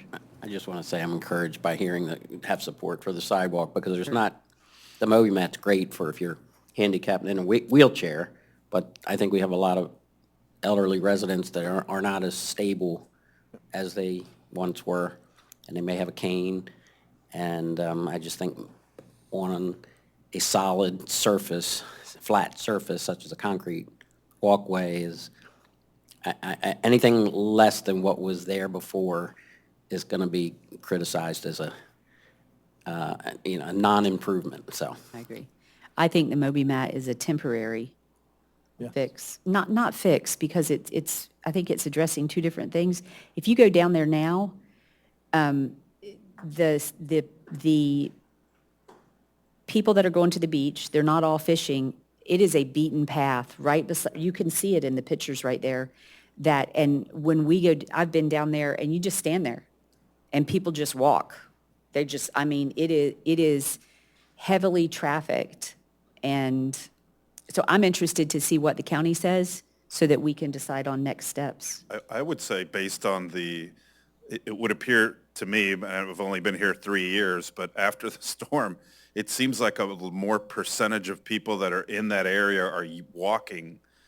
I don't know, maybe because it looks like a path. It just seems to me that there are more people who go to the park in that parking lot that are walking in the path than before when it was a sidewalk. But before, I think you had the walkway. Well, we just reopened, and I think that's the reason, part of the reason why we just reopened we call it the walkway. Well, and it used to have the railings were installed, so it has reopened as of Friday. Oh, but the people were back walking that long before Friday. No, I know. Yeah, but I think too, Robin, part of it could be that there used to be a big, huge clump of sea grape trees down there, and that is gone. It washed away with the storm, and so it opened up that area. I think that has made it seem more friendly for the pedestrians, for people to walk around that area. Just one thing I wanted to add. Typically, MobiMat is designed to work waterwards of CCC line. That's the only spec and that DEP would approve. That's why, and we've designed a lot of them. My company has. In fact, we have done the Madeira Beach and Treasure Island, St. Pete Beach. We've done all of those at no charge to government. We just did it. So I'm pretty familiar with the MobiMat design, and merely the DEP will not allow it waterwards of. We've obtained permits to install, correct, Megan? The MobiMat has really changed over the last couple years. Whenever we were first working for Archibald with the HUG Foundation, it was incredibly difficult to get a permit for a MobiMat. Now it's a field permit. It's incredibly simple. It is as easy as me sending an aerial picture, getting a field permit from Aaron, who is our local. Yes, MobiMat is, but not concrete. Correct. DEP will not allow I thought we were concrete. talking about We were just MobiMats. discussing mobility mats. Right. Yeah. Those yeah, are I'm sorry, very yeah. easy. No, I get it, and we have obtained permits. I was just saying that DEP will not allow concrete waterwards of the CCC line. Well, that's what we're going to Yeah, discuss with them and see what they suggest. And the sidewalk down there was poured, just so we're all on the same page, because it's kind of hard to picture it. But the sidewalk was literally poured on top of the boulders. So the way that that was done, which was incredibly interesting, which is why it shifted, was there was a thick plastic sheet that was laid on top of the boulders, and then it was framed in, and it was 6 feet wide, I believe, maybe a little bit more, and literally poured on top of the boulders. So what you see on the flat area in the picture is not where the sidewalk was. It was literally on top of the boulders. So when the sand would wash away, which happened in a high tide all the time, you would literally have crawl paths through some of the boulders, especially at the end, all the time.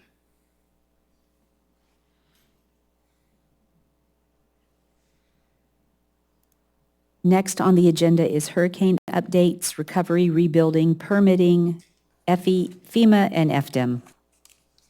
And thank you, Mayor and Commission. Just want to, before I turn to, just to give kind of an overall update. We heard from Senator DeSigley regarding, and from all of you regarding everything post-storm, or specifically the frustrations that we hear. Of course, we've heard them here. We hear them every day.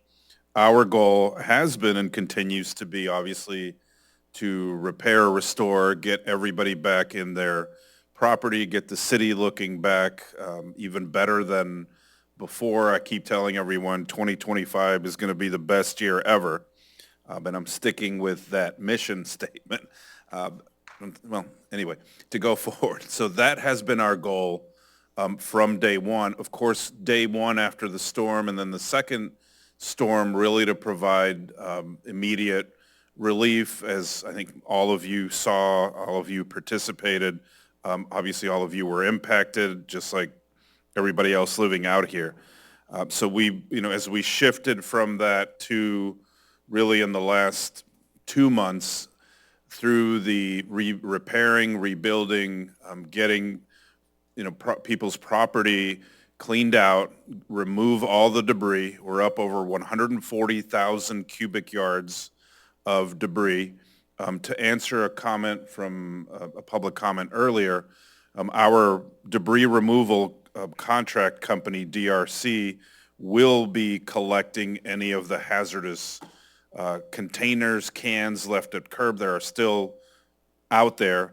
They have not begun that process, and so that is forthcoming, where they will pick up all of those. They are working through the, quote, punch list to pick up remaining debris throughout the city. They have picked up some of the piles.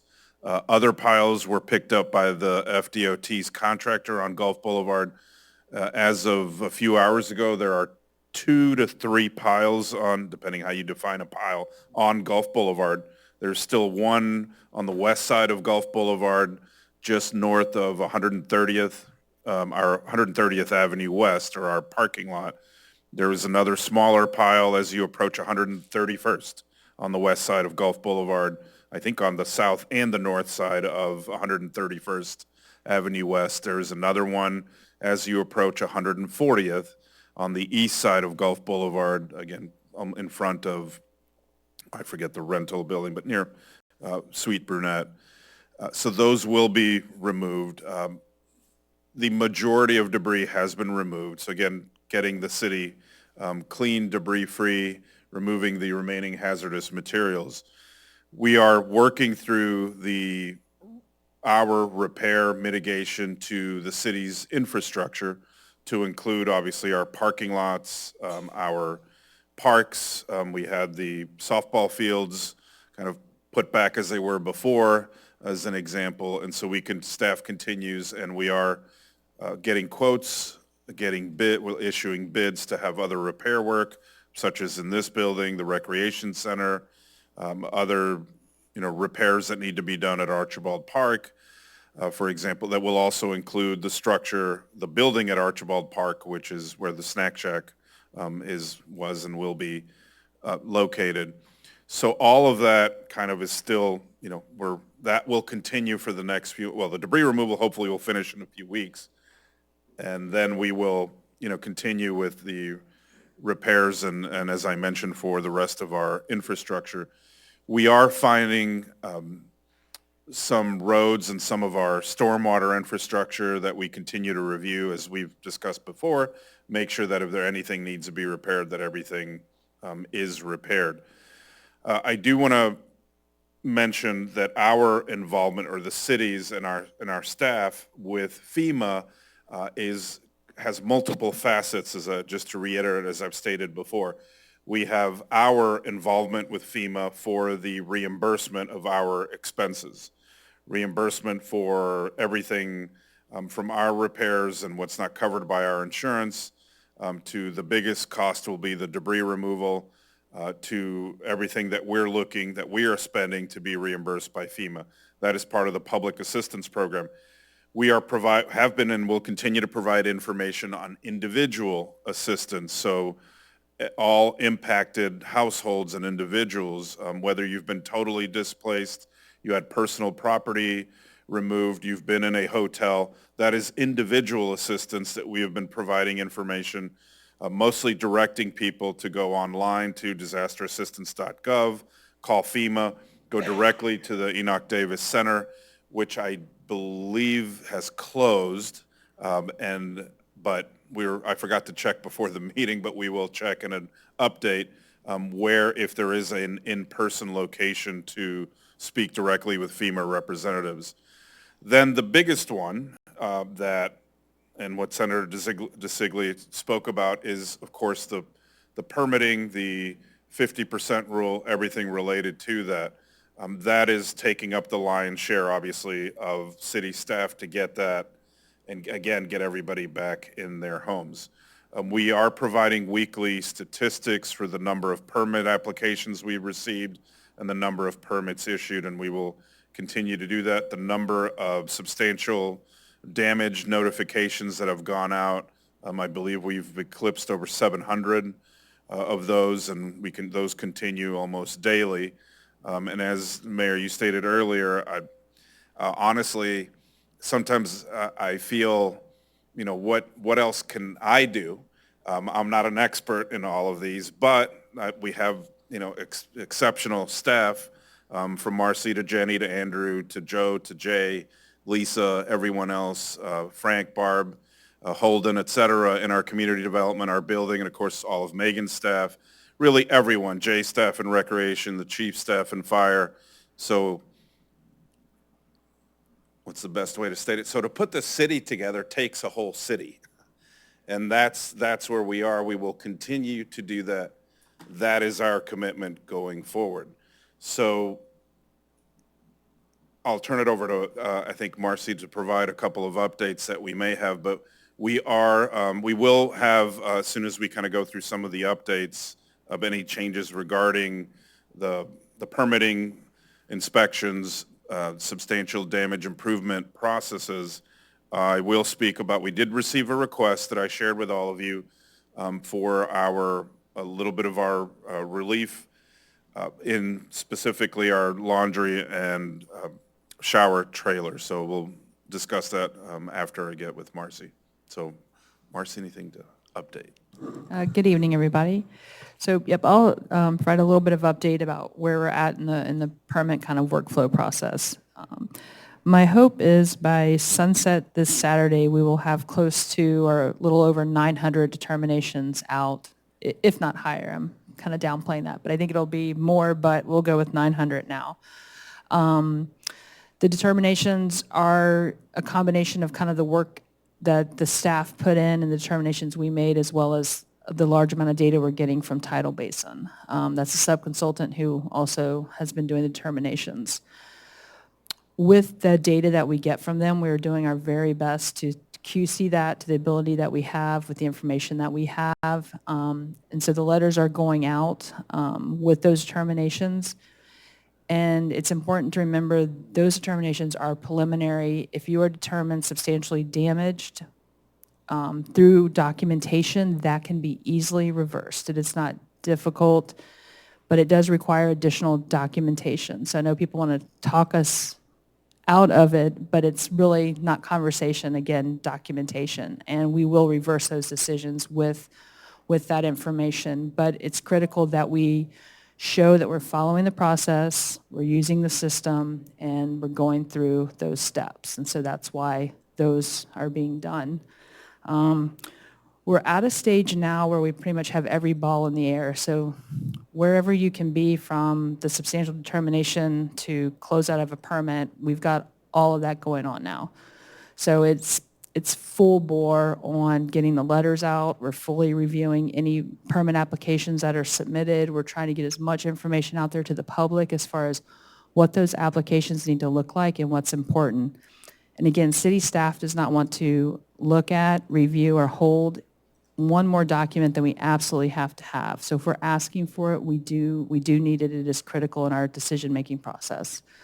That includes photos, cost estimates, and those types of things, and the appraisals. We were getting a lot of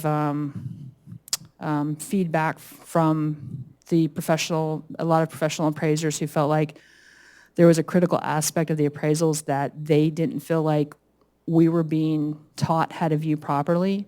So after getting that significant amount of feedback and meeting with an additional professional, which I appreciate the mayor helped kind of orchestrate based on having met with him herself, we agreed, and we professionally agreed with it, just in our experience, that we were able to reverse that determination, and that seemed to be a great relief to everybody and really kind of open the floodgates for us to be able to accept appraisals that we originally were concerned that we couldn't accept.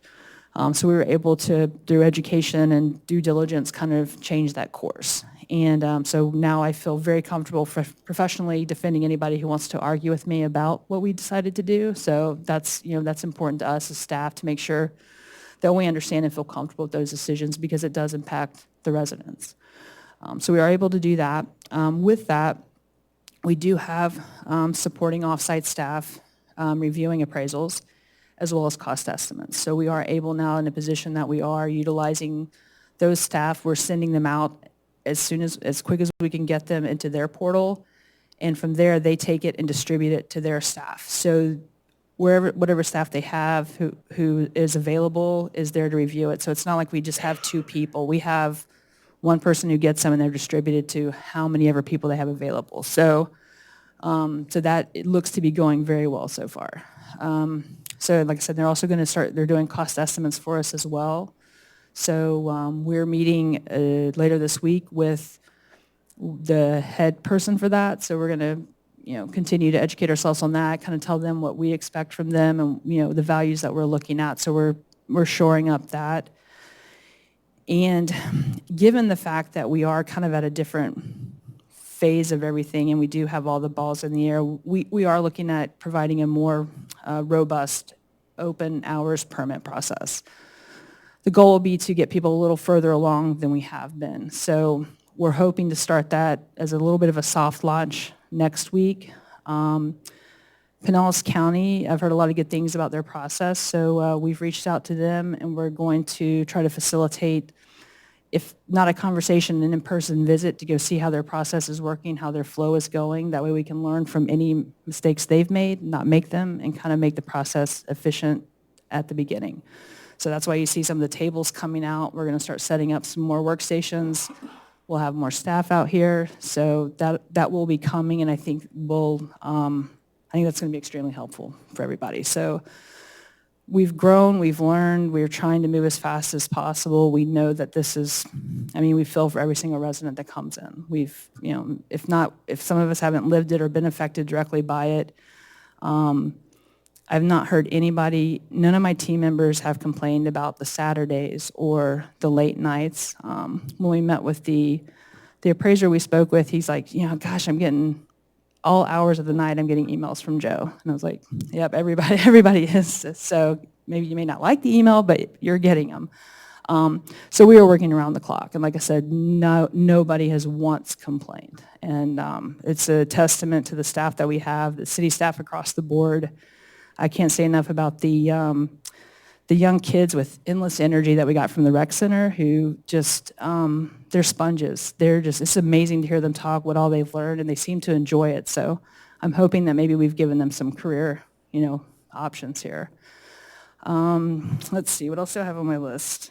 Kind of wanted to thank definitely the leadership that we've had throughout this has been phenomenal. We've been able to try things, implement things. We've never gotten no if we came up with an idea that we felt like helped people. And so I just have to say that I walked up to Robin this morning, I was like, I got an idea. And so he listened to it and said, make it happen. And that's great. It really gives us the ability to learn from what we're doing every day and make those changes that we need to continue to try and meet the needs of the residents, which are at the highest level so it's we carry it with us, so I just want to make sure that you guys understand that we do have amazing leadership. With that, I know people are talking about, I won't go too far into this, but my head's already in, how do we not hurt like this again? What do we do? How do we learn from this? Creating a catastrophe org chart that we switch into post-storm. That way we have clear direction and staff reporting differently and all hands on deck approach. I see quarterly training, hurricane training for, the software that we're using, any updates, anything that we can do to help facilitate that, even helping, with public works, learning how to operate machinery, whatever that is, we're going to come up with that. So that's going to be a priority because, there's a lot to be learned from what we've gone through. And I think we have, just like I said, an amazing staff, people willing to put in the time and the effort. So I think that's going to be really, really great moving forward. Let's see. I think that's pretty much all I can say. I know you guys probably have some specific questions, so I can answer those. And let's kind of take it from there. Thank you, Marcy, and Mayor, if I may add to kind of the whole discussion and the agenda item, because there is a slide up on the screen. Earlier, the discussion about housing and the hotel ending in January, the county has, and we've participated on a few of them, Zoom calls regarding the housing. So earlier, the Elevate Florida that was mentioned earlier today in the county's update, they did reiterate that the state has provided, through the Florida Division of Emergency Management, the ability to provide grants, as Commissioner Kerr mentioned, but you're excluded if you're in the V zone. By the way, there is no cap for the grants if you're going to elevate your home, according to the information we received earlier today. But there is if folks do participate in the tear down and rebuild through the FDEM's what's the mitigation program, to tear down and rebuild, the grants will be available up to $220,000. But those, you do have to sign up with the Florida Division of Emergency Management and get in their email distribution. I think, Commissioner, you did that. The state has allocated $400 million for that program, specifically for the tear down and rebuild. So we've been distributing the information, making the flyers available, explaining people that have come in here, here's something that may be available. There are other grants that are out there available, and for the one up on the screen, I think talks a little bit about that, but the county continues to share this information with everyone as well of what may be, what's available and how that would work. They do take some time. I've shared, I think, with all of you, the city did participate. We were the pass-through over a decade ago for these grants for folks to essentially tear down and build a new home. And they were somewhat successful. Then we ran into a few problems and we almost got everything worked out. But these will be available. The city will no longer be a pass-through. Folks can go directly to the Florida Division of Emergency Management to follow up with that, to receive the information. And one other item before I turn it back, we have received, for example, the commission approved waiving permit fees. We're waiving permit fees for rebuild for a whole year through September. We have received, and today I received an email, and thank you for sending it, Commissioner Kerr. We're starting to receive requests and requests regarding sanitation services. Single-family homes that are currently not occupied, they have continued to receive their bill, but if nobody's living on the property, and where I live, nobody lives in the 6 homes on my street. Very few people, nobody's living in the single-family homes behind me, down the street on Palm. We are aware of that. We will be bringing back to you in 2 weeks what to do for that. We will likely need to amend our code to do that. We'll see if perhaps it can be done via a resolution, which I didn't get a chance to speak with our attorney, but that's something that we will bring back to you in 2 weeks, and we will review that. I believe we've only had maybe about a dozen requests. It's been 10 to 12 requests from residents stating, hey, I'm not living in my house. Why am I paying for the sanitation? I totally understand that. We will take that into consideration and bring that back to you because I suspect that may grow. And if anybody's watching or listening, I'm sure they're thinking that as well. Why am I paying for it? So we will bring that back to all of you. And I think those were all the notes that I had, unless Mars. And I was going to say one thing. The grant process that the state has now opened up and that they are going to be managing, that is new. So city staff does not have a ton of information on that. So we will, for right now, until such time that we do have the bandwidth to kind of really wrap our head around what the state's doing, we will just be sending people to contact the state. And it's not because of any other reason than we just simply haven't had the chance to truly understand the program and all it offers. So we will be directing people to the state. So if you're asked, then that would be our preference right now until, like I said, such time that we have the bandwidth to really fully understand what they're offering. Do we have any public comment? With no public comment, Commission? I have a question for Marcy. You said that you hope very soon to have 900 designation letters out. Do you have a sense of how many there are to go? Yeah, several hundred more. Oh, 100 more, not 1,000 more. So, not in the thousands more, no. Okay. Should be several hundred more. And So the ones... you'd say you're maybe more than halfway? Yeah, yes, I would believe so. And Trying to get some perspective on it, good. No, totally understand. And a lot of the ones that maybe don't have them now, the priorities are the people who have stepped up, started getting their permit process going. Those are the ones that are really on our radar. The ones who haven't, they will get caught up, but they'll probably be towards the later end, and those letters are going out. But if you haven't even initiated your permit, and some people haven't, those are kind of come a little later, but they are getting intermixed with several of our notifications, so. Understood, thank you. Just one more question. You're going to expand open permitting hours? Is that what we're suggesting?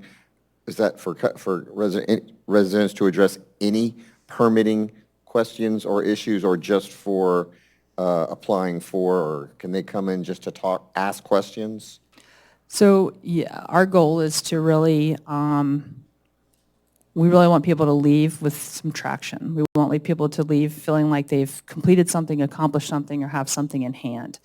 So the intent right now is to increase the number of people out here, the number of things that we can do real time, such as cost estimate review and clarification.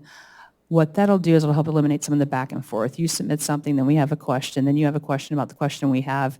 So I feel like we're at that stage now because of some information that we have that's clarified some things that I feel like now staff's time can be spent out here and be extremely productive with the residents, and we'll entertain any question. So whether, homeowner, contractors, however we can get people across the finish line, those are kind of going to be our marching orders. Thank you. I've had great feedback from some of my neighbors who have been in here and felt satisfied, and I appreciate the hard work that you and your team are doing. Thank you. My turn. Early on in the process, days into the process, we had a meeting here, public community meeting, and it was suggested that whether you're going to repair or rebuild, regardless, that you had to get a demo permit. And then there was the question, is a demo permit to remove drywall, or is a demo permit to tear down your house? There was kind of like two different definitions of a demo permit. So people that were going to tear down their home, they got a demo permit, but maybe they didn't remove drywall. I understand now there's notices coming out from the city saying your permit's about to expire because we don't have a contractor signed up with the permit, or, Barbara Scott.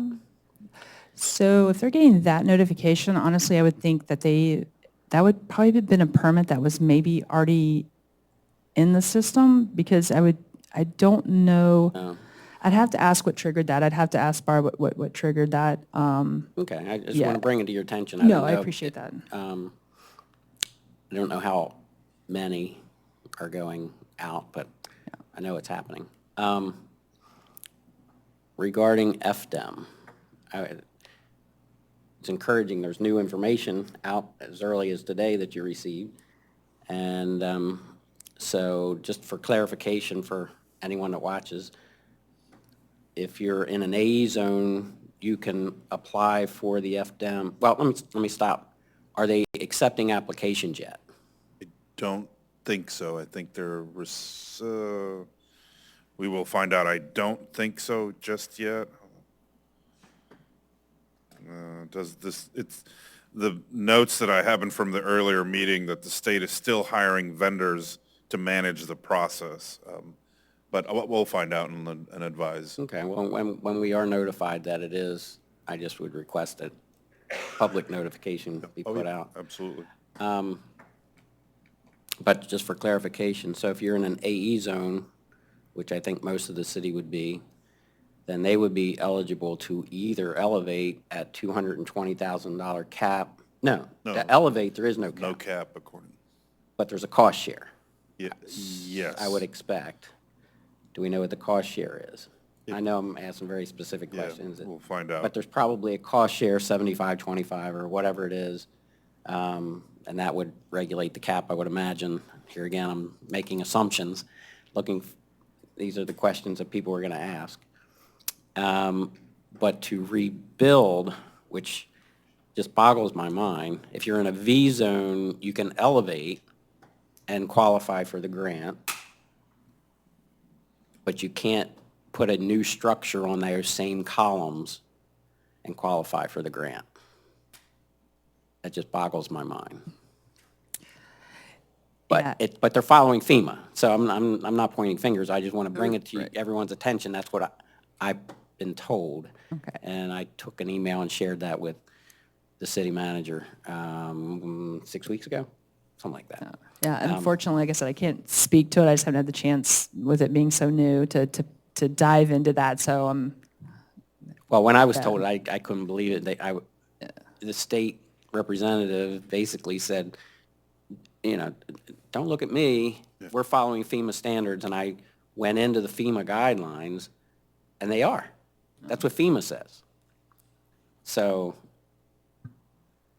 it makes no sense to me. Right. You can raise a 50-year-old home, but you can't build that same exact home, brand new, to Florida construction standards and get any grant. That just is crazy.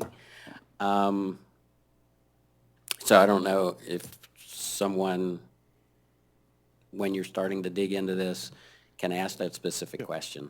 I don't know. We'll ask. And I guess that's it for this period. Thank you. No comments. First of all, I'd like to say congratulations to Team Madeira. That's going to cover everyone that's really worked hard for this city, and the citizens really appreciate it, and as far as the people that have reached out to me. I'm just getting back to real quick, the FDEM, the grants, that's up to 200,000, is that correct, Robin? It's, 220,000 220, okay. if for tear down and rebuild. And But rebuild. apparently no cap for if you're going to elevate. But and the cost share, there is some listed on the flyer in your packet. But we'll find out some more information on it, because I was given a little bit different earlier, but some information is on the flyer. A lot of my District 3, a lot of those are single-story homes, as you're aware. And that's one of the, it's great news that you shared with us today. And that's one of the main concerns the citizens had also is questions like that as far as grants to rebuild up. So thank you, guys. Thank you. That's all. Okay. So I'd just like to say that I have witnessed city staff since Helene, and I think I said it last time, I try to say it every chance I get, just the level of commitment and overwhelming just care. And the chief has a motto that he says often, and it is adapt and overcome. And my opinion, and I think my opinion would be shared by many, is that our city staff has really exemplified adapt and overcome. From having employees that worked in the rec department taking care of kids, or working outside, come into the city office and get retrained, repurposed into other jobs, has been just nothing short of amazing. From staff working with the city clerk, to working in the planning department, to working in the permit department, Public Works, everybody has just been so the fire department worked with the permit department. It has been really wonderful to watch a group of people come together and work just to work, and not care that that wasn't their job description, or today this is your job and this is how you're going to do it, and tomorrow you have to totally retrain your brain because something changed in the world of FEMA. And it has been really something to watch. And the leadership within our city has been fantastic.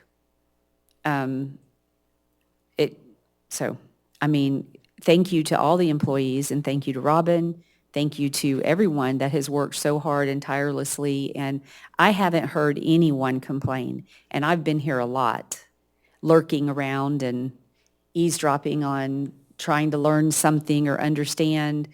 I think I've said a couple times, I want to be able to go out to a restaurant, and you can't go out in public if you can't answer a question, because residents expect you to have a knowledge of what's going on. And I have really enjoyed learning and understanding the intricacies and everything of the city. I've asked you a million questions, Marcy. She's been my go-to person, because when it comes to the storms and how we're recovering, it has been where I could go and get the most information and understand. If I want to understand how the city's fallen apart and we're going to put it back together, I go ask Megan because she's the one responsible for putting it back together. But I do thank you, and I try to thank the staff when I take their time and when I see people in City Hall and outside. But it has been really wonderful to see so many people work so hard and care so much about this city. And that is a testament to leadership. I think Commissioner Kerr has one more thing. I did. And ditto to everything the mayor just said, of course. One more component of the FDEM program is the structure acquisition and demolition, the buyout. Now, during my discussions with the state, I wanted some clarity on that. Not that I'm interested, but I know neighbors may be. You hear tales of people selling their property because they don't have the money, they don't have the resources to rebuild or repair, and it's a last-ditch effort, and people are taking advantage of that and buying properties for 40 cents on the dollar. I'd like to know and get the answers. The lady I was speaking to couldn't give me the answers. What that really means, what would they be buying it at? And the state would buy it at the pre-storm value, but there's a cost share. So what's that mean? Does that mean 75% of the pre-storm value? I don't know. And asking these direct questions, we're not getting direct answers. But in addition to that, the city would not be required to fund any of that. However, they would be responsible for the maintenance of that property in perpetuity. So that's something that the board would have to get together and decide, would we want to participate in that piece of this FDEM program?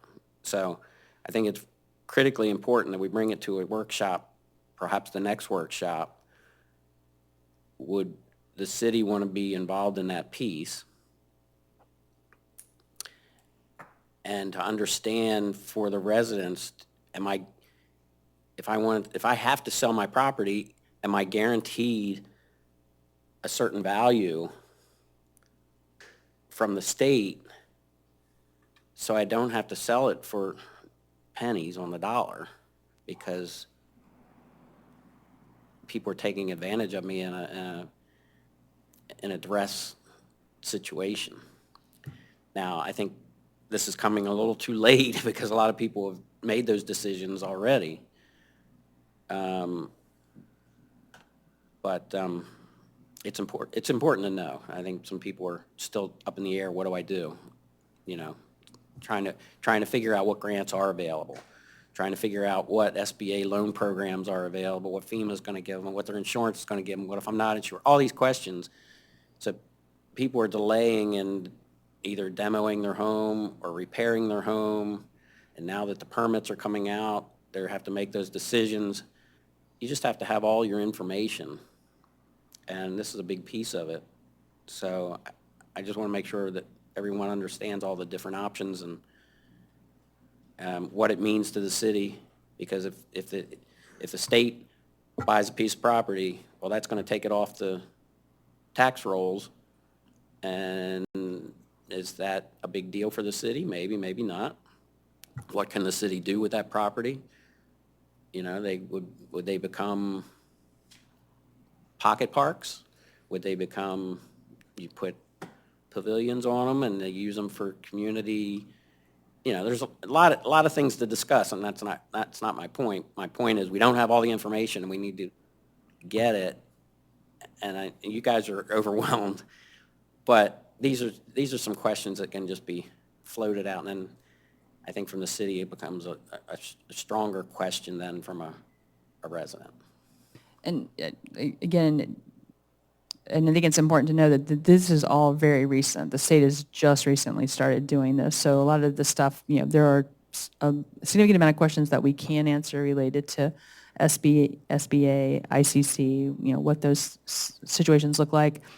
I will tell you in my experience with the grant program that the federal acquisition or state acquisition, local acquisition of a property in a barrier island, the money would not be there. I think it's going to be for different properties, maybe. The value, though, from what I've historically seen, it was always better to sell privately. That the acquisition money just wasn't there. So but I mean, we'll research it at a very high level and be prepared to do that, and then maybe reach out and see if we can have somebody from FDM maybe come speak and talk to that and answer the nuanced questions of it. But yeah, we can, at a very high level, maybe kind of just peel that back a little bit, and kind of keeping, moving with what we have on our plate now, but yeah. Just trying to look out for our neighbors. I have one quick question that's on the, and it is piggybacking off of a resident comment. Do we know how many properties in the city have not been visited yet? Like the houses that no one has come to? Do we still have, at one time we had some, do we still have any that we're aware of that no one has actually gone to and emptied? We had a list of about 50 properties that appeared to have been abandoned, and, well, I'll follow up, but I think that list had been whittled down to just a handful, but I'll follow up and advise, because I think we had only a handful where they still appeared to be completely abandoned, and no one had been in. There were letters that got sent out to those homeowners? Yes. Or, yeah, that's what I thought I remembered. Just to see if we could find them, et cetera, so. Right. I did, the item that I mentioned earlier regarding our trailers for the laundry and the showers, we did receive a request, which I provided to all of you, and it's on the screen, from dozens of individuals who live both here in Madeira Beach, Treasure Island, and others, and they would like for the city to keep them. I spoke with the owners of the trailers yesterday and then again this morning, and as I had been advising the commission, the two trailers were set to be demobilized or removed on this Saturday, the 11th. Because the Florida Division of Emergency Management, that was their time frame, remove them. We have this request whether to keep them. I spoke with the owners. They said and the state. We heard back from the state that the only way that they can remain is if the city then takes over the agreement that the owners, the vendors, had with FDEM, that it now becomes our responsibility. We would then subsequently pay the costs. Currently, the state has been paying the cost. So that's a request that was addressed to all of you, the commission, and looking for direction. Again, the owner said, yes, they can stay. We would send you the information. I have not received anything to date. So, for example, what the cost would be. They are, pricey. When we paid for the ones that we procured right after the first storm, it was like $160,000 for a month. Now we had 6 trailers, I think 2 shower and 4 bathrooms. I don't think we had a laundry one at the time, but so I don't know the cost. I haven't received that. I can reach back out to them, but whether we would like to continue that or not, again, I forwarded you the information. I didn't really look into the list, but clearly some folks do live in Madeira, some are in Treasure Island, and so they have been used. We've had a couple of issues, they've been resolved, but really kind of whether you'd like for us to keep them or not, I don't, we're fine one way or the other. Do we have any public comment? Commissioners? I'm in favor. I'd like to know if there's a time certain when we would stop, of course, and this is all pending what the cost would be, because we're not getting reimbursed for this, right? Andrew, I think whether this is, we'd have to check. I didn't get a chance to follow up, but so the Florida Division of Emergency Management has stated they're ending the mission as a resource. So I think we could submit to be reimbursed, but I don't know if it would be eligible to be reimbursed. Yeah, I couldn't state that definitively. My inclination would be no, simply because the state was providing that resource and then cuts it off for a reason. And if I recall, we were at a meeting, Yes. Robin, and the Director of Emergency Management, Mr. Guthrie, one of the statements that he made at that meeting is, at some point, you have to stop. The disaster is the disaster, and at some point, you have to stop your comfort centers, you have to stop the different things. And it was an interesting presentation for him to speak about that, but I understand that. You can't keep on providing, I don't know that I'm saying no, but you can't keep on providing a service, because at what point will you stop?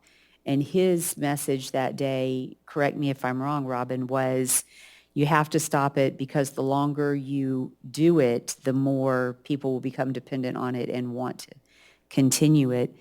In our city in Madeira Beach, we have a laundry. There is That is open. a pay laundry Yeah. facility on Gulf Boulevard, right near the intersection of 150th. And as a matter of fact, a couple of our deputies said, well, why aren't people going there when they were called to respond to an incident?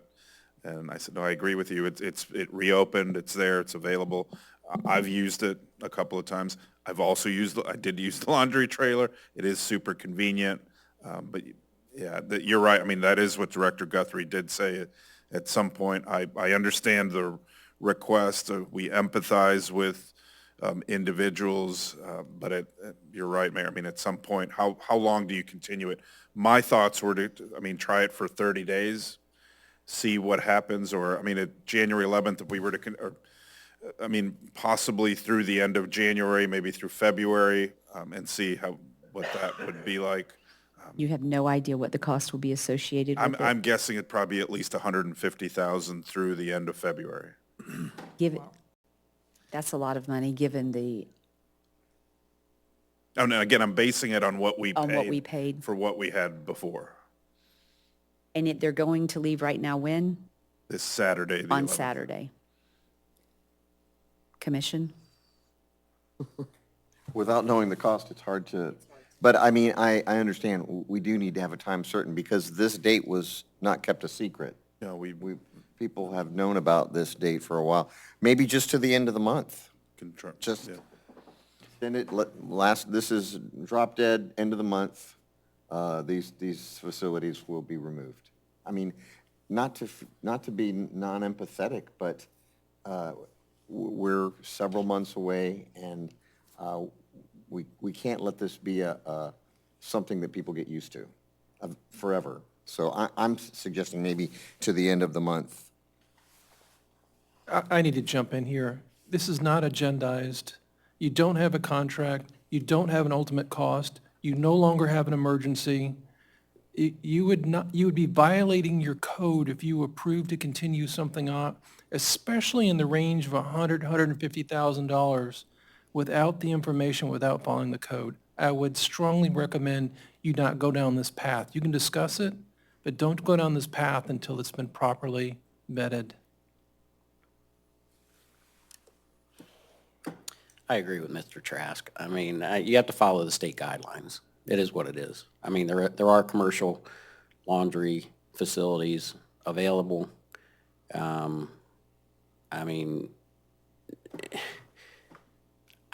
want to be compassionate, but at some point, we need to get back to normalcy. Commission, comments? I would say we should listen to our attorney.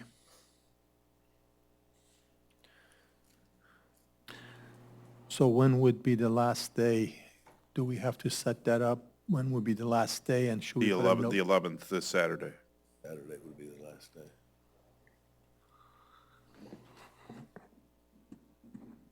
I agree. Unfortunately, we do have to follow the guidelines. Saturday would be the cutoff date. So I agree. Thank you. The next item on our agenda is contracts and agreements, approval to purchase a JCB 35Z-1 compact excavator.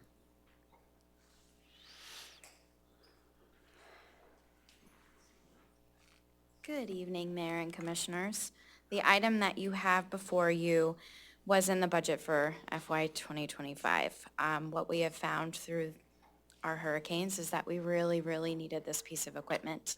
Public Works Department has rented a lot of equipment. Luckily, with a mini excavator, we were able to borrow rather than having to spend that money. So we have been borrowing a machine from a contractor for the past couple of months. Like I said, this was budgeted for $65,000. The budget came in at $59,040, so we are under budget. And I'm here to answer any questions you may have. Such as we have no one in the audience, I will not ask for public comment. Commission? Just, what will this be used for? We will use this for stormwater repairs. We will be able to utilize this to clean off beach accesses, to be able to excavate and clean out anything. Possibilities are endless. Thank you. You're welcome. You have to have good tools. We do. And we have found that we need them. It does have an enclosed cab, and the reasoning for the enclosed cab is because our equipment is kept outdoors. So what we have found is that having an enclosed cab, which is just a little bit more money, saves all of the compartments and all of the mechanical items. Do you have a trailer to move this thing? We sure do. You're all set. Where will it be stored? You say? In our public works yard. Okay. I love it. Thank you. I want one. Well, you can come drive it. Okay. I'm gonna hold you to that. Thank you. Comments? Once again, I congratulate you for being under budget. Thank you. That's fantastic. Will this also be used, well, you said storm cleanup continuously around the Deer Beach in our neighborhoods? Yes. Upcoming, and you had a trailer, you say a trailer, so something happens down on 140th, you can shoot down there with it and help. That's correct. Yes. So it's basically, would residents be able to reach out to you with this? I mean, or would it only be for? It would be specific- for city use only. Yeah, City we use wouldn't be able to utilize equipment on private property. Probably, okay, well, I still think it's a great idea. I think we'll be able to utilize this a lot in the upcoming. We will. We've been utilizing the borrowed one quite a bit. Well, we appreciate them for letting us borrow this. It was very nice of them. Thank you very much. Thank you. So Megan, would you have to maybe get 3 bids on any purchase, or is it like piggyback on a state? This is piggybacked on the Sourcewell contract, I see. so we don't have to get You don't 3 have bids. to. Okay. Thank you. You're welcome. Thank you. Thank you.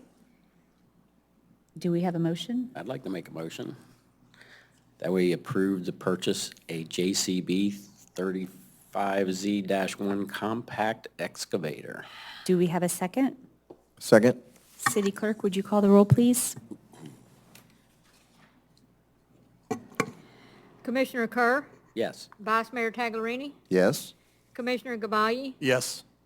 Commissioner McGeehan, Yes? Mayor Brooks. Yes. The motion carried 5-0.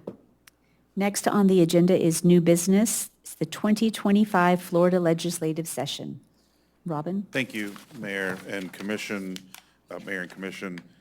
As we heard from Senator DeSigley a little bit earlier again regarding legislative action, that's not really the purpose of this, but really this is just an open discussion.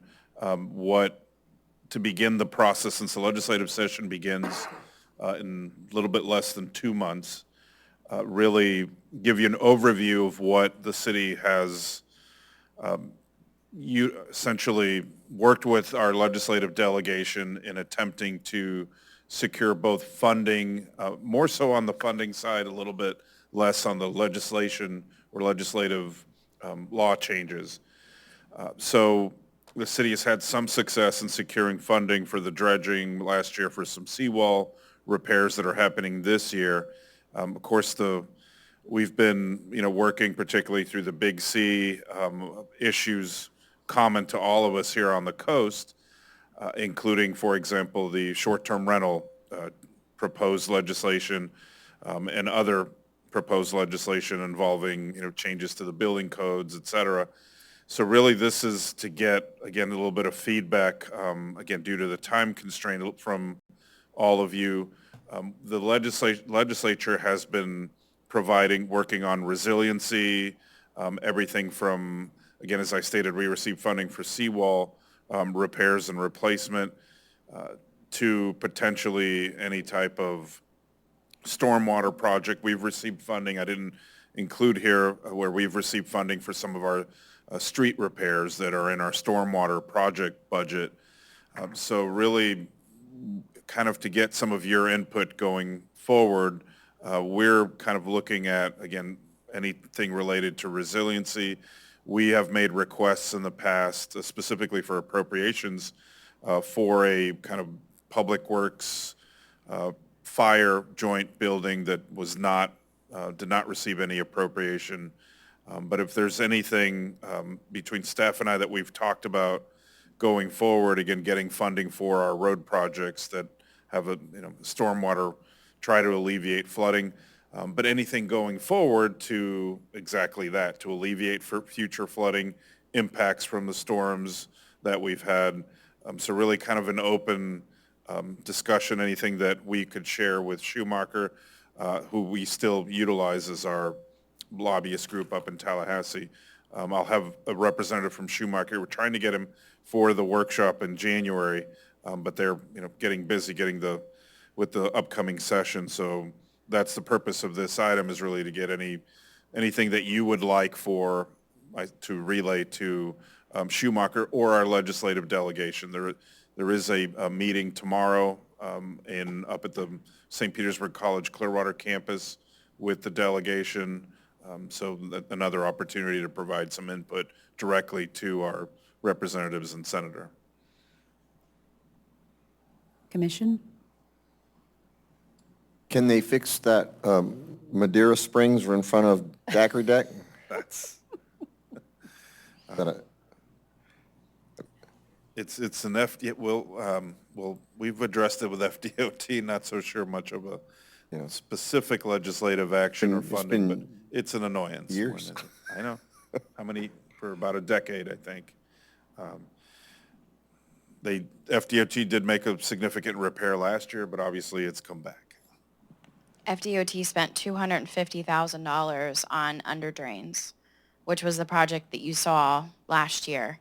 And then I think right around Little Debbie is whenever it popped up again. I guess assistance from FDOT, not something that we had to go through the legislature, but.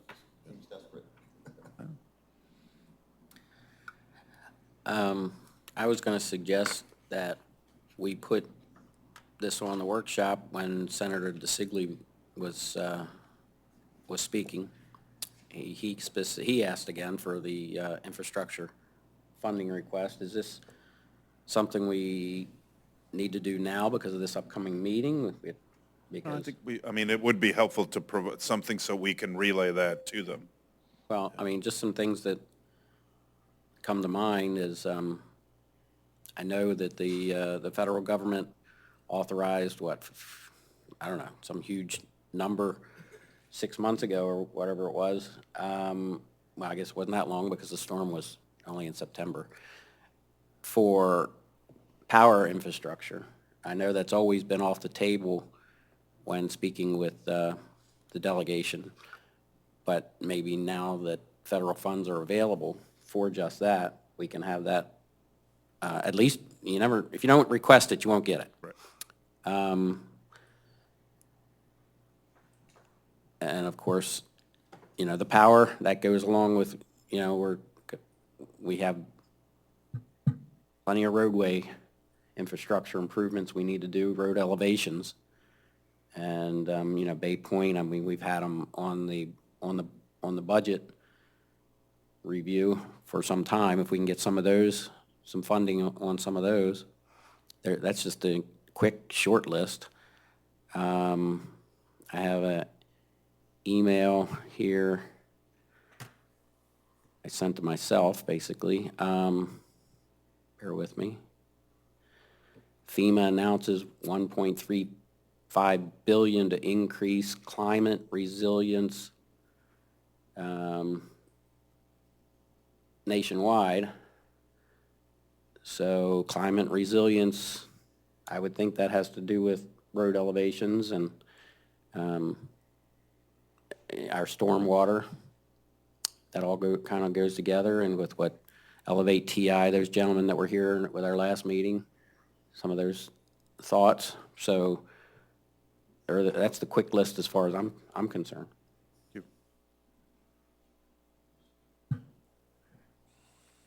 I'd basically like, real quick, just see a study on our basic infrastructure as far as our piping, our sewage, underneath what we can do to improve that as far as our city infrastructure and to decrease less flooding. That's what I'm saying. Yeah. Do we have any plans to go to Tallahassee this year as a city and commission? Yeah, not, I think it would be a fantastic idea. A lot of cities go to Tallahassee and meet up with the legislators. It would be a great time to get to know them and let them know that we're there to support them. And I think it'd be a fantastic idea. A lot of cities do this. I've been in Tallahassee just about every year for many, many years. And if we don't have it in our schedule this year, maybe I would like to recommend to make a habit of it to go to Tallahassee during this season for maybe, it takes a day to go up and a day to basically meet with just legislators, and we can set these meetings up ahead of time. So we can meet with the senators, with our representatives. I think we can really get a lot of mileage by going there and getting and letting them get to know us and us getting to know them. So. and again, Commissioner, that's what, I don't mean to interrupt, Mayor. No, go ahead. We hire and we have for several years the services of Schumacher Advisors. I understand. That's something totally different. This is a personal connection between us, ourselves, as people and commission with the state legislators. How does that work with the Sunshine Law? If we were to go together and meet with a legislator, would that be a violation of the Sunshine Law? It would not be a violation of the Sunshine Law if you met individually. Right, but together as a group, it would be a problem. Yeah, it would Yes, definitely be an That's what issue. I thought, just to make sure. I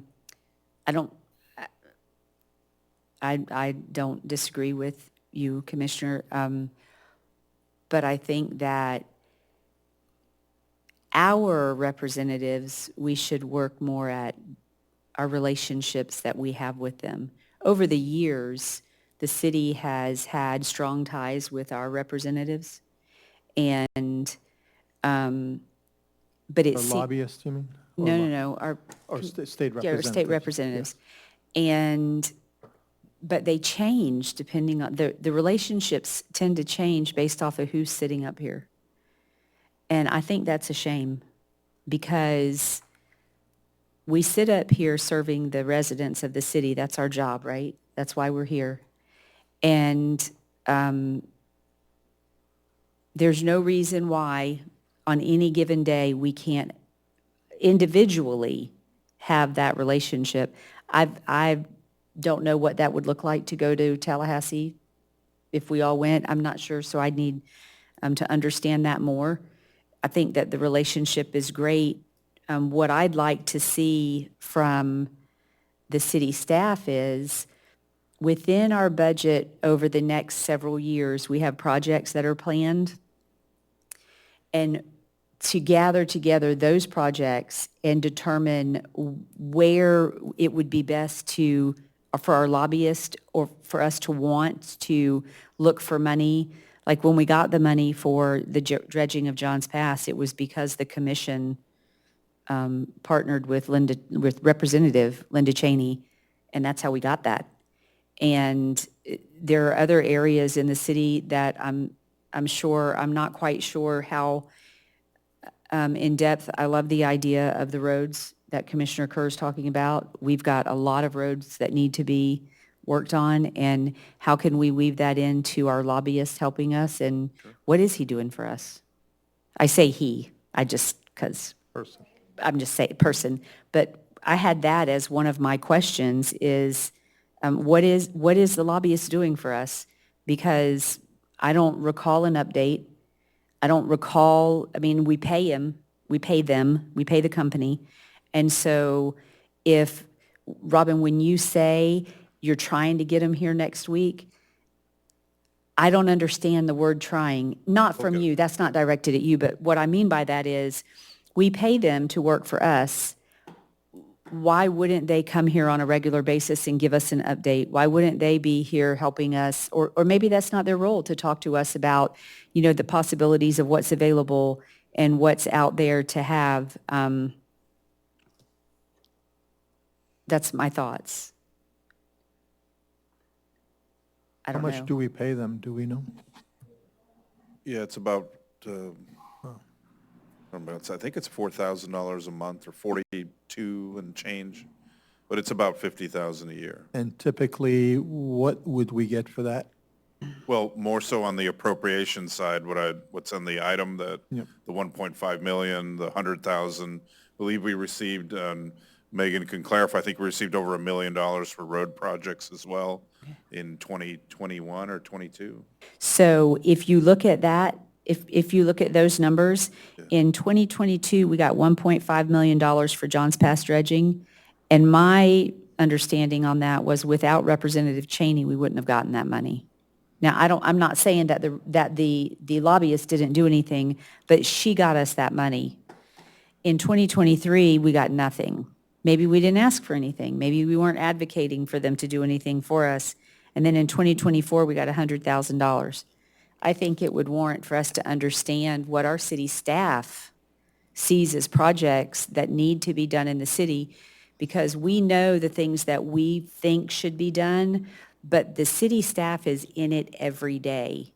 Megan is in the city every day. She knows the roads that need to be repaired, seawalls that need to be repaired, things that need to be done, and then using that information and things from the finance department, or, that they know, or from the marina, or from the rec center, what is available, and what can we push for the lobbyists to lobby for us, and in conjunction with our elected officials to have those conversations as well. I just wanted to add that we've had 3 appropriations. The beach grinds, I don't know the years, 1.75. For Area 6, 1 million, and for Area 3, 549,400, I believe was the dollar amount. So those are the 3 project areas. But again, I don't recall the years those were given to us. Thank you. You're welcome. Part of the work that Schumacher and I, that's why I included in the agenda item, the Florida League of Cities kind of legislative platform, are to preserve existing, proposed changes to try to, one example for property taxes, try to add more exemptions, but I know that that's a balance every year. To add more exemptions lowers revenue to the city, but saves property owners in property taxes. But really, a lot of the items that you see up here related to trying to ensure that there were proposals to increase the sovereign immunity for cities. So right now, there's a cap if we are sued at the amount that cities can pay.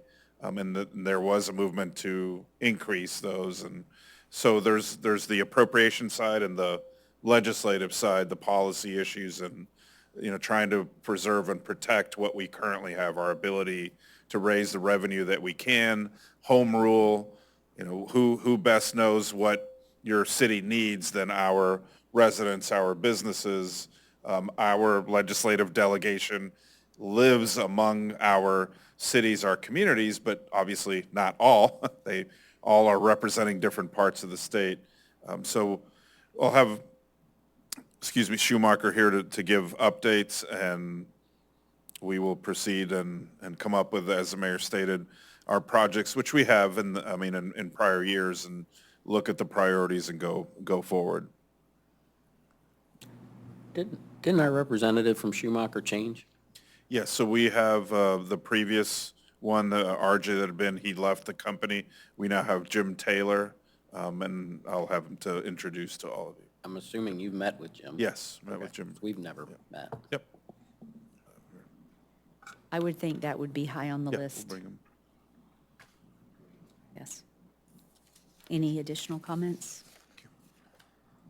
The next item on the agenda is agenda setting for the January 2022-2005 BOC workshop. See lots of items. We have one, let me go through the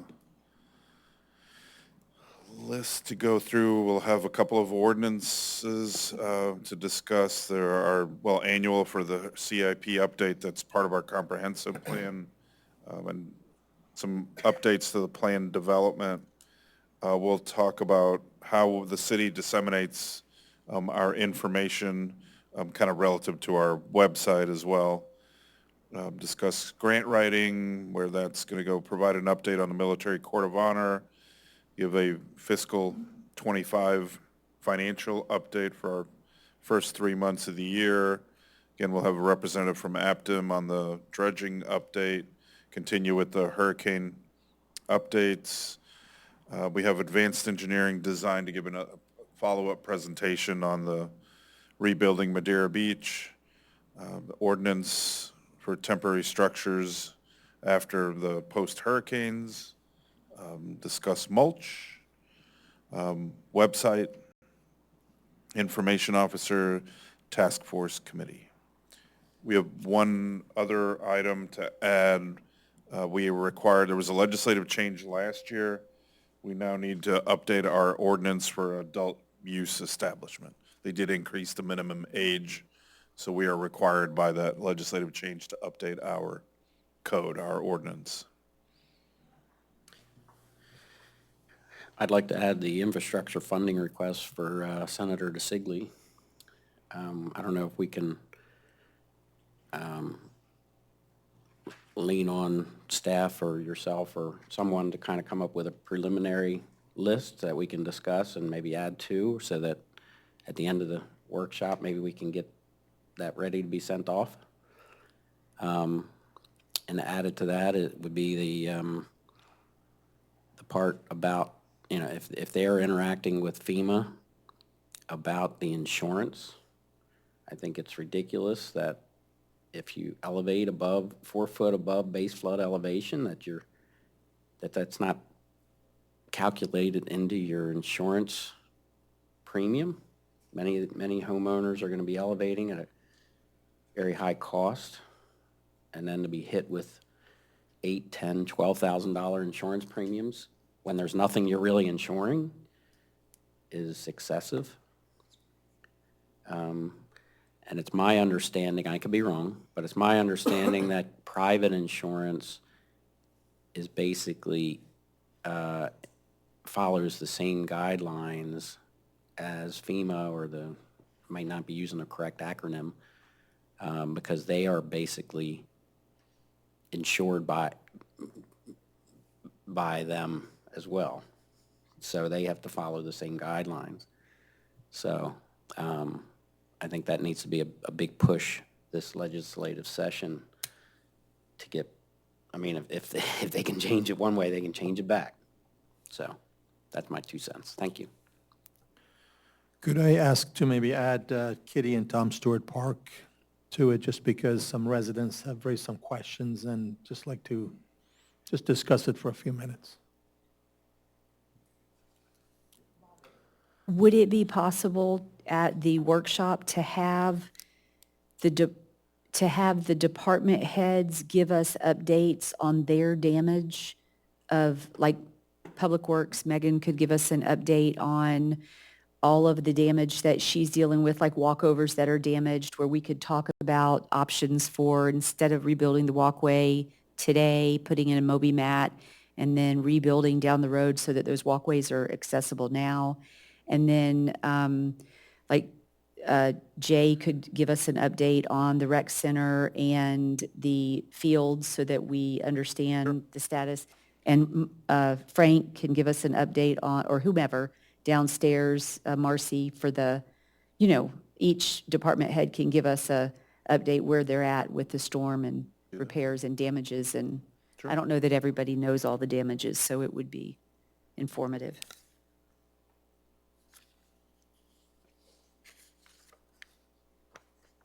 Any further comments? Next on the agenda is the Board of Commissioners 2025 meeting schedule. Again, I think as we do pretty regularly, any changes, our next, we have the Right. workshop on January 22nd, and then again, regular meeting on February 12th, workshop on 26th of February, and then kind of continuing pretty much the second and fourth Wednesday of each month with meetings all the way through October. But then again, in March, we will begin to have, April budget meetings for fiscal '26. But we'll continue to provide updates on our financial status each month. On October 8th, I will not make that meeting. If we move it to the 1st, I would be able to attend. I have a conflict. But if I cannot be here, obviously, we will have a vice mayor who can sit in. But I know that. I knew that at the last meeting we discussed the dates, but I didn't know at that meeting that I would still be on the commission. So I just want to let everyone know that.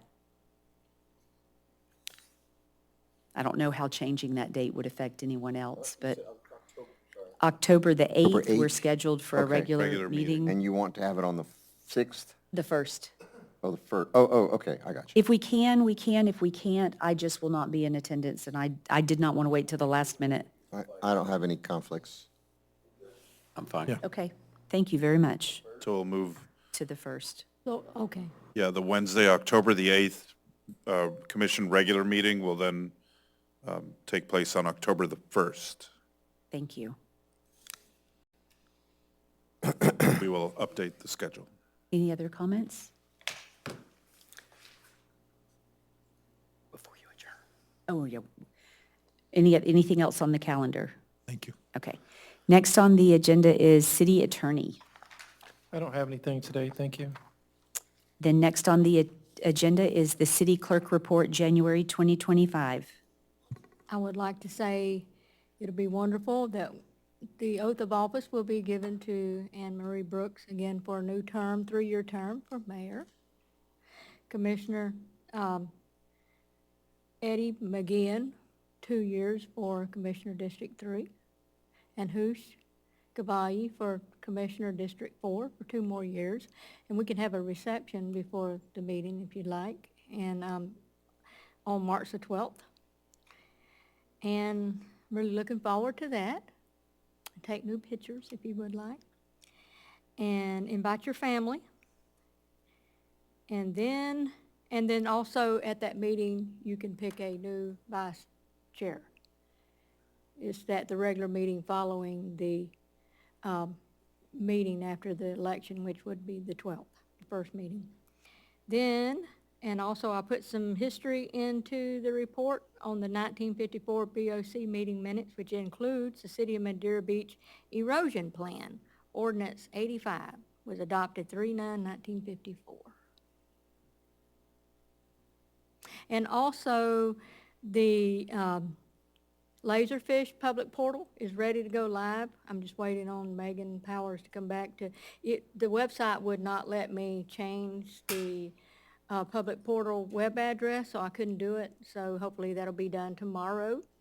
And there's a lot of information in there, and y'all just go in and look at it. And of course, every day there's more information going to be put in there. And also, I'm really excited about that. There's a lot of work involved in that, and of course, a lot of work to go. But it centralizes our document. It makes it easier for the public to find our information. And so hopefully over time, we'll have Supermount in there and future stuff in one centralized location. I think it's wonderful. At my clerks conference that we had on Monday and Tuesday, one of the things was on the emergency plan of having it in the EOP, which is in there, digitizing your documents and stuff like that. And because we need more than one avenue for saving our documents if something should happen. So we're responsible for our public documents and keeping them safe. So one of them is our Laserfish, and then we have some on the W drive, but I'd like to centralize everything, and we have a portable drive that we also put copies of what we're putting on the Laserfish onto the portable drive so that things don't float away.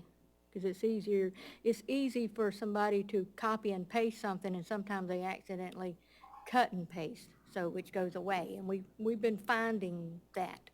And so we're trying to keep a control on our documents and making sure that they're in Laserfish and on our portable, that we have our portable drive. But no one has access to your Well, a lot documents. of the stuff is on the W drive. Like we have ordinances and minutes and stuff. We've had to go back and put back. That has a lot of access stuff. to other people in the city besides the clerk's office? It's a network. It's a networks drive. Everybody has access to the W drive, not the commission, but all the department directors. We have, like, when we adopt ordinances and minutes and resolutions, they go into one area, and somebody needs a resolution, they can see it. Yeah, but shouldn't that be, I'm just, in my head, I'm thinking, shouldn't that be locked where only the clerk's office can alter those documents? Well, in right? Laserfish, nobody will be able to just remove them. Right. It'll be there. You can download a copy, but you cannot just delete it. But even on the city's website, that shouldn't be. No, I don't. I wouldn't think that should be able to be, maybe everybody can look at it, but Right. it should be, They can't. Read only. yeah, read only. Yeah, where read peop- only. Yeah, That's what, okay. It is. basically, that's what Laserfish is as well. We're putting everything there, Okay. and safeguarding, because in the city charter, it says the city clerk is the custodian of all public records and ensures their safety. So I work real hard trying to get everything into a safe location.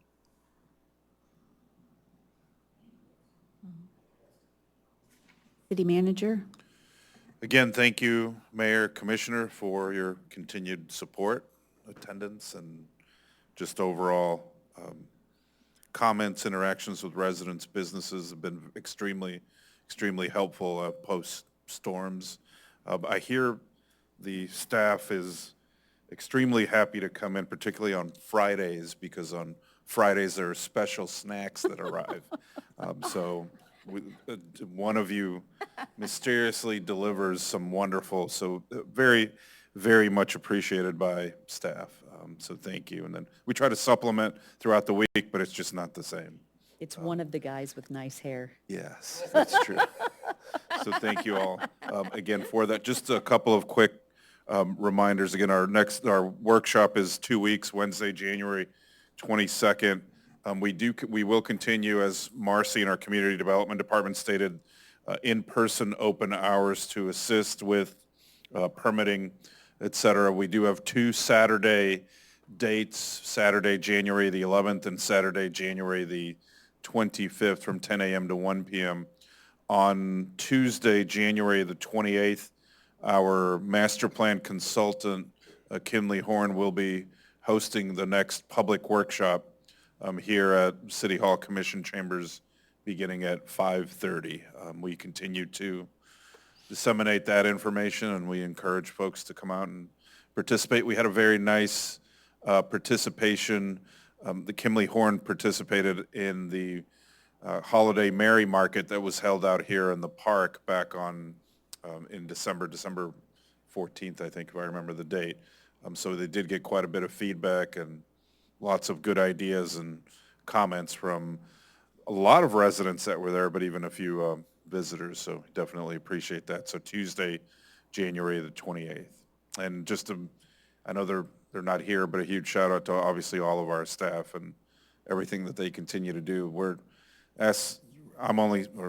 Being the manager, obviously very, very content, very happy with all of their continued motivation, hard work, and it is very, very much appreciated. So thank you. Thank you. Commissioner Kerr? I just had a last thought that I wanted to put out, that our thoughts and prayers should be with the California residents suffering through the wildfires. It kind of hits home with all of us with what we've just gone through. There's poor people. I was going to start the meeting with that, but I at least want to end it. Duly noted. With nothing further, it is 9 o'clock and we are adjourned.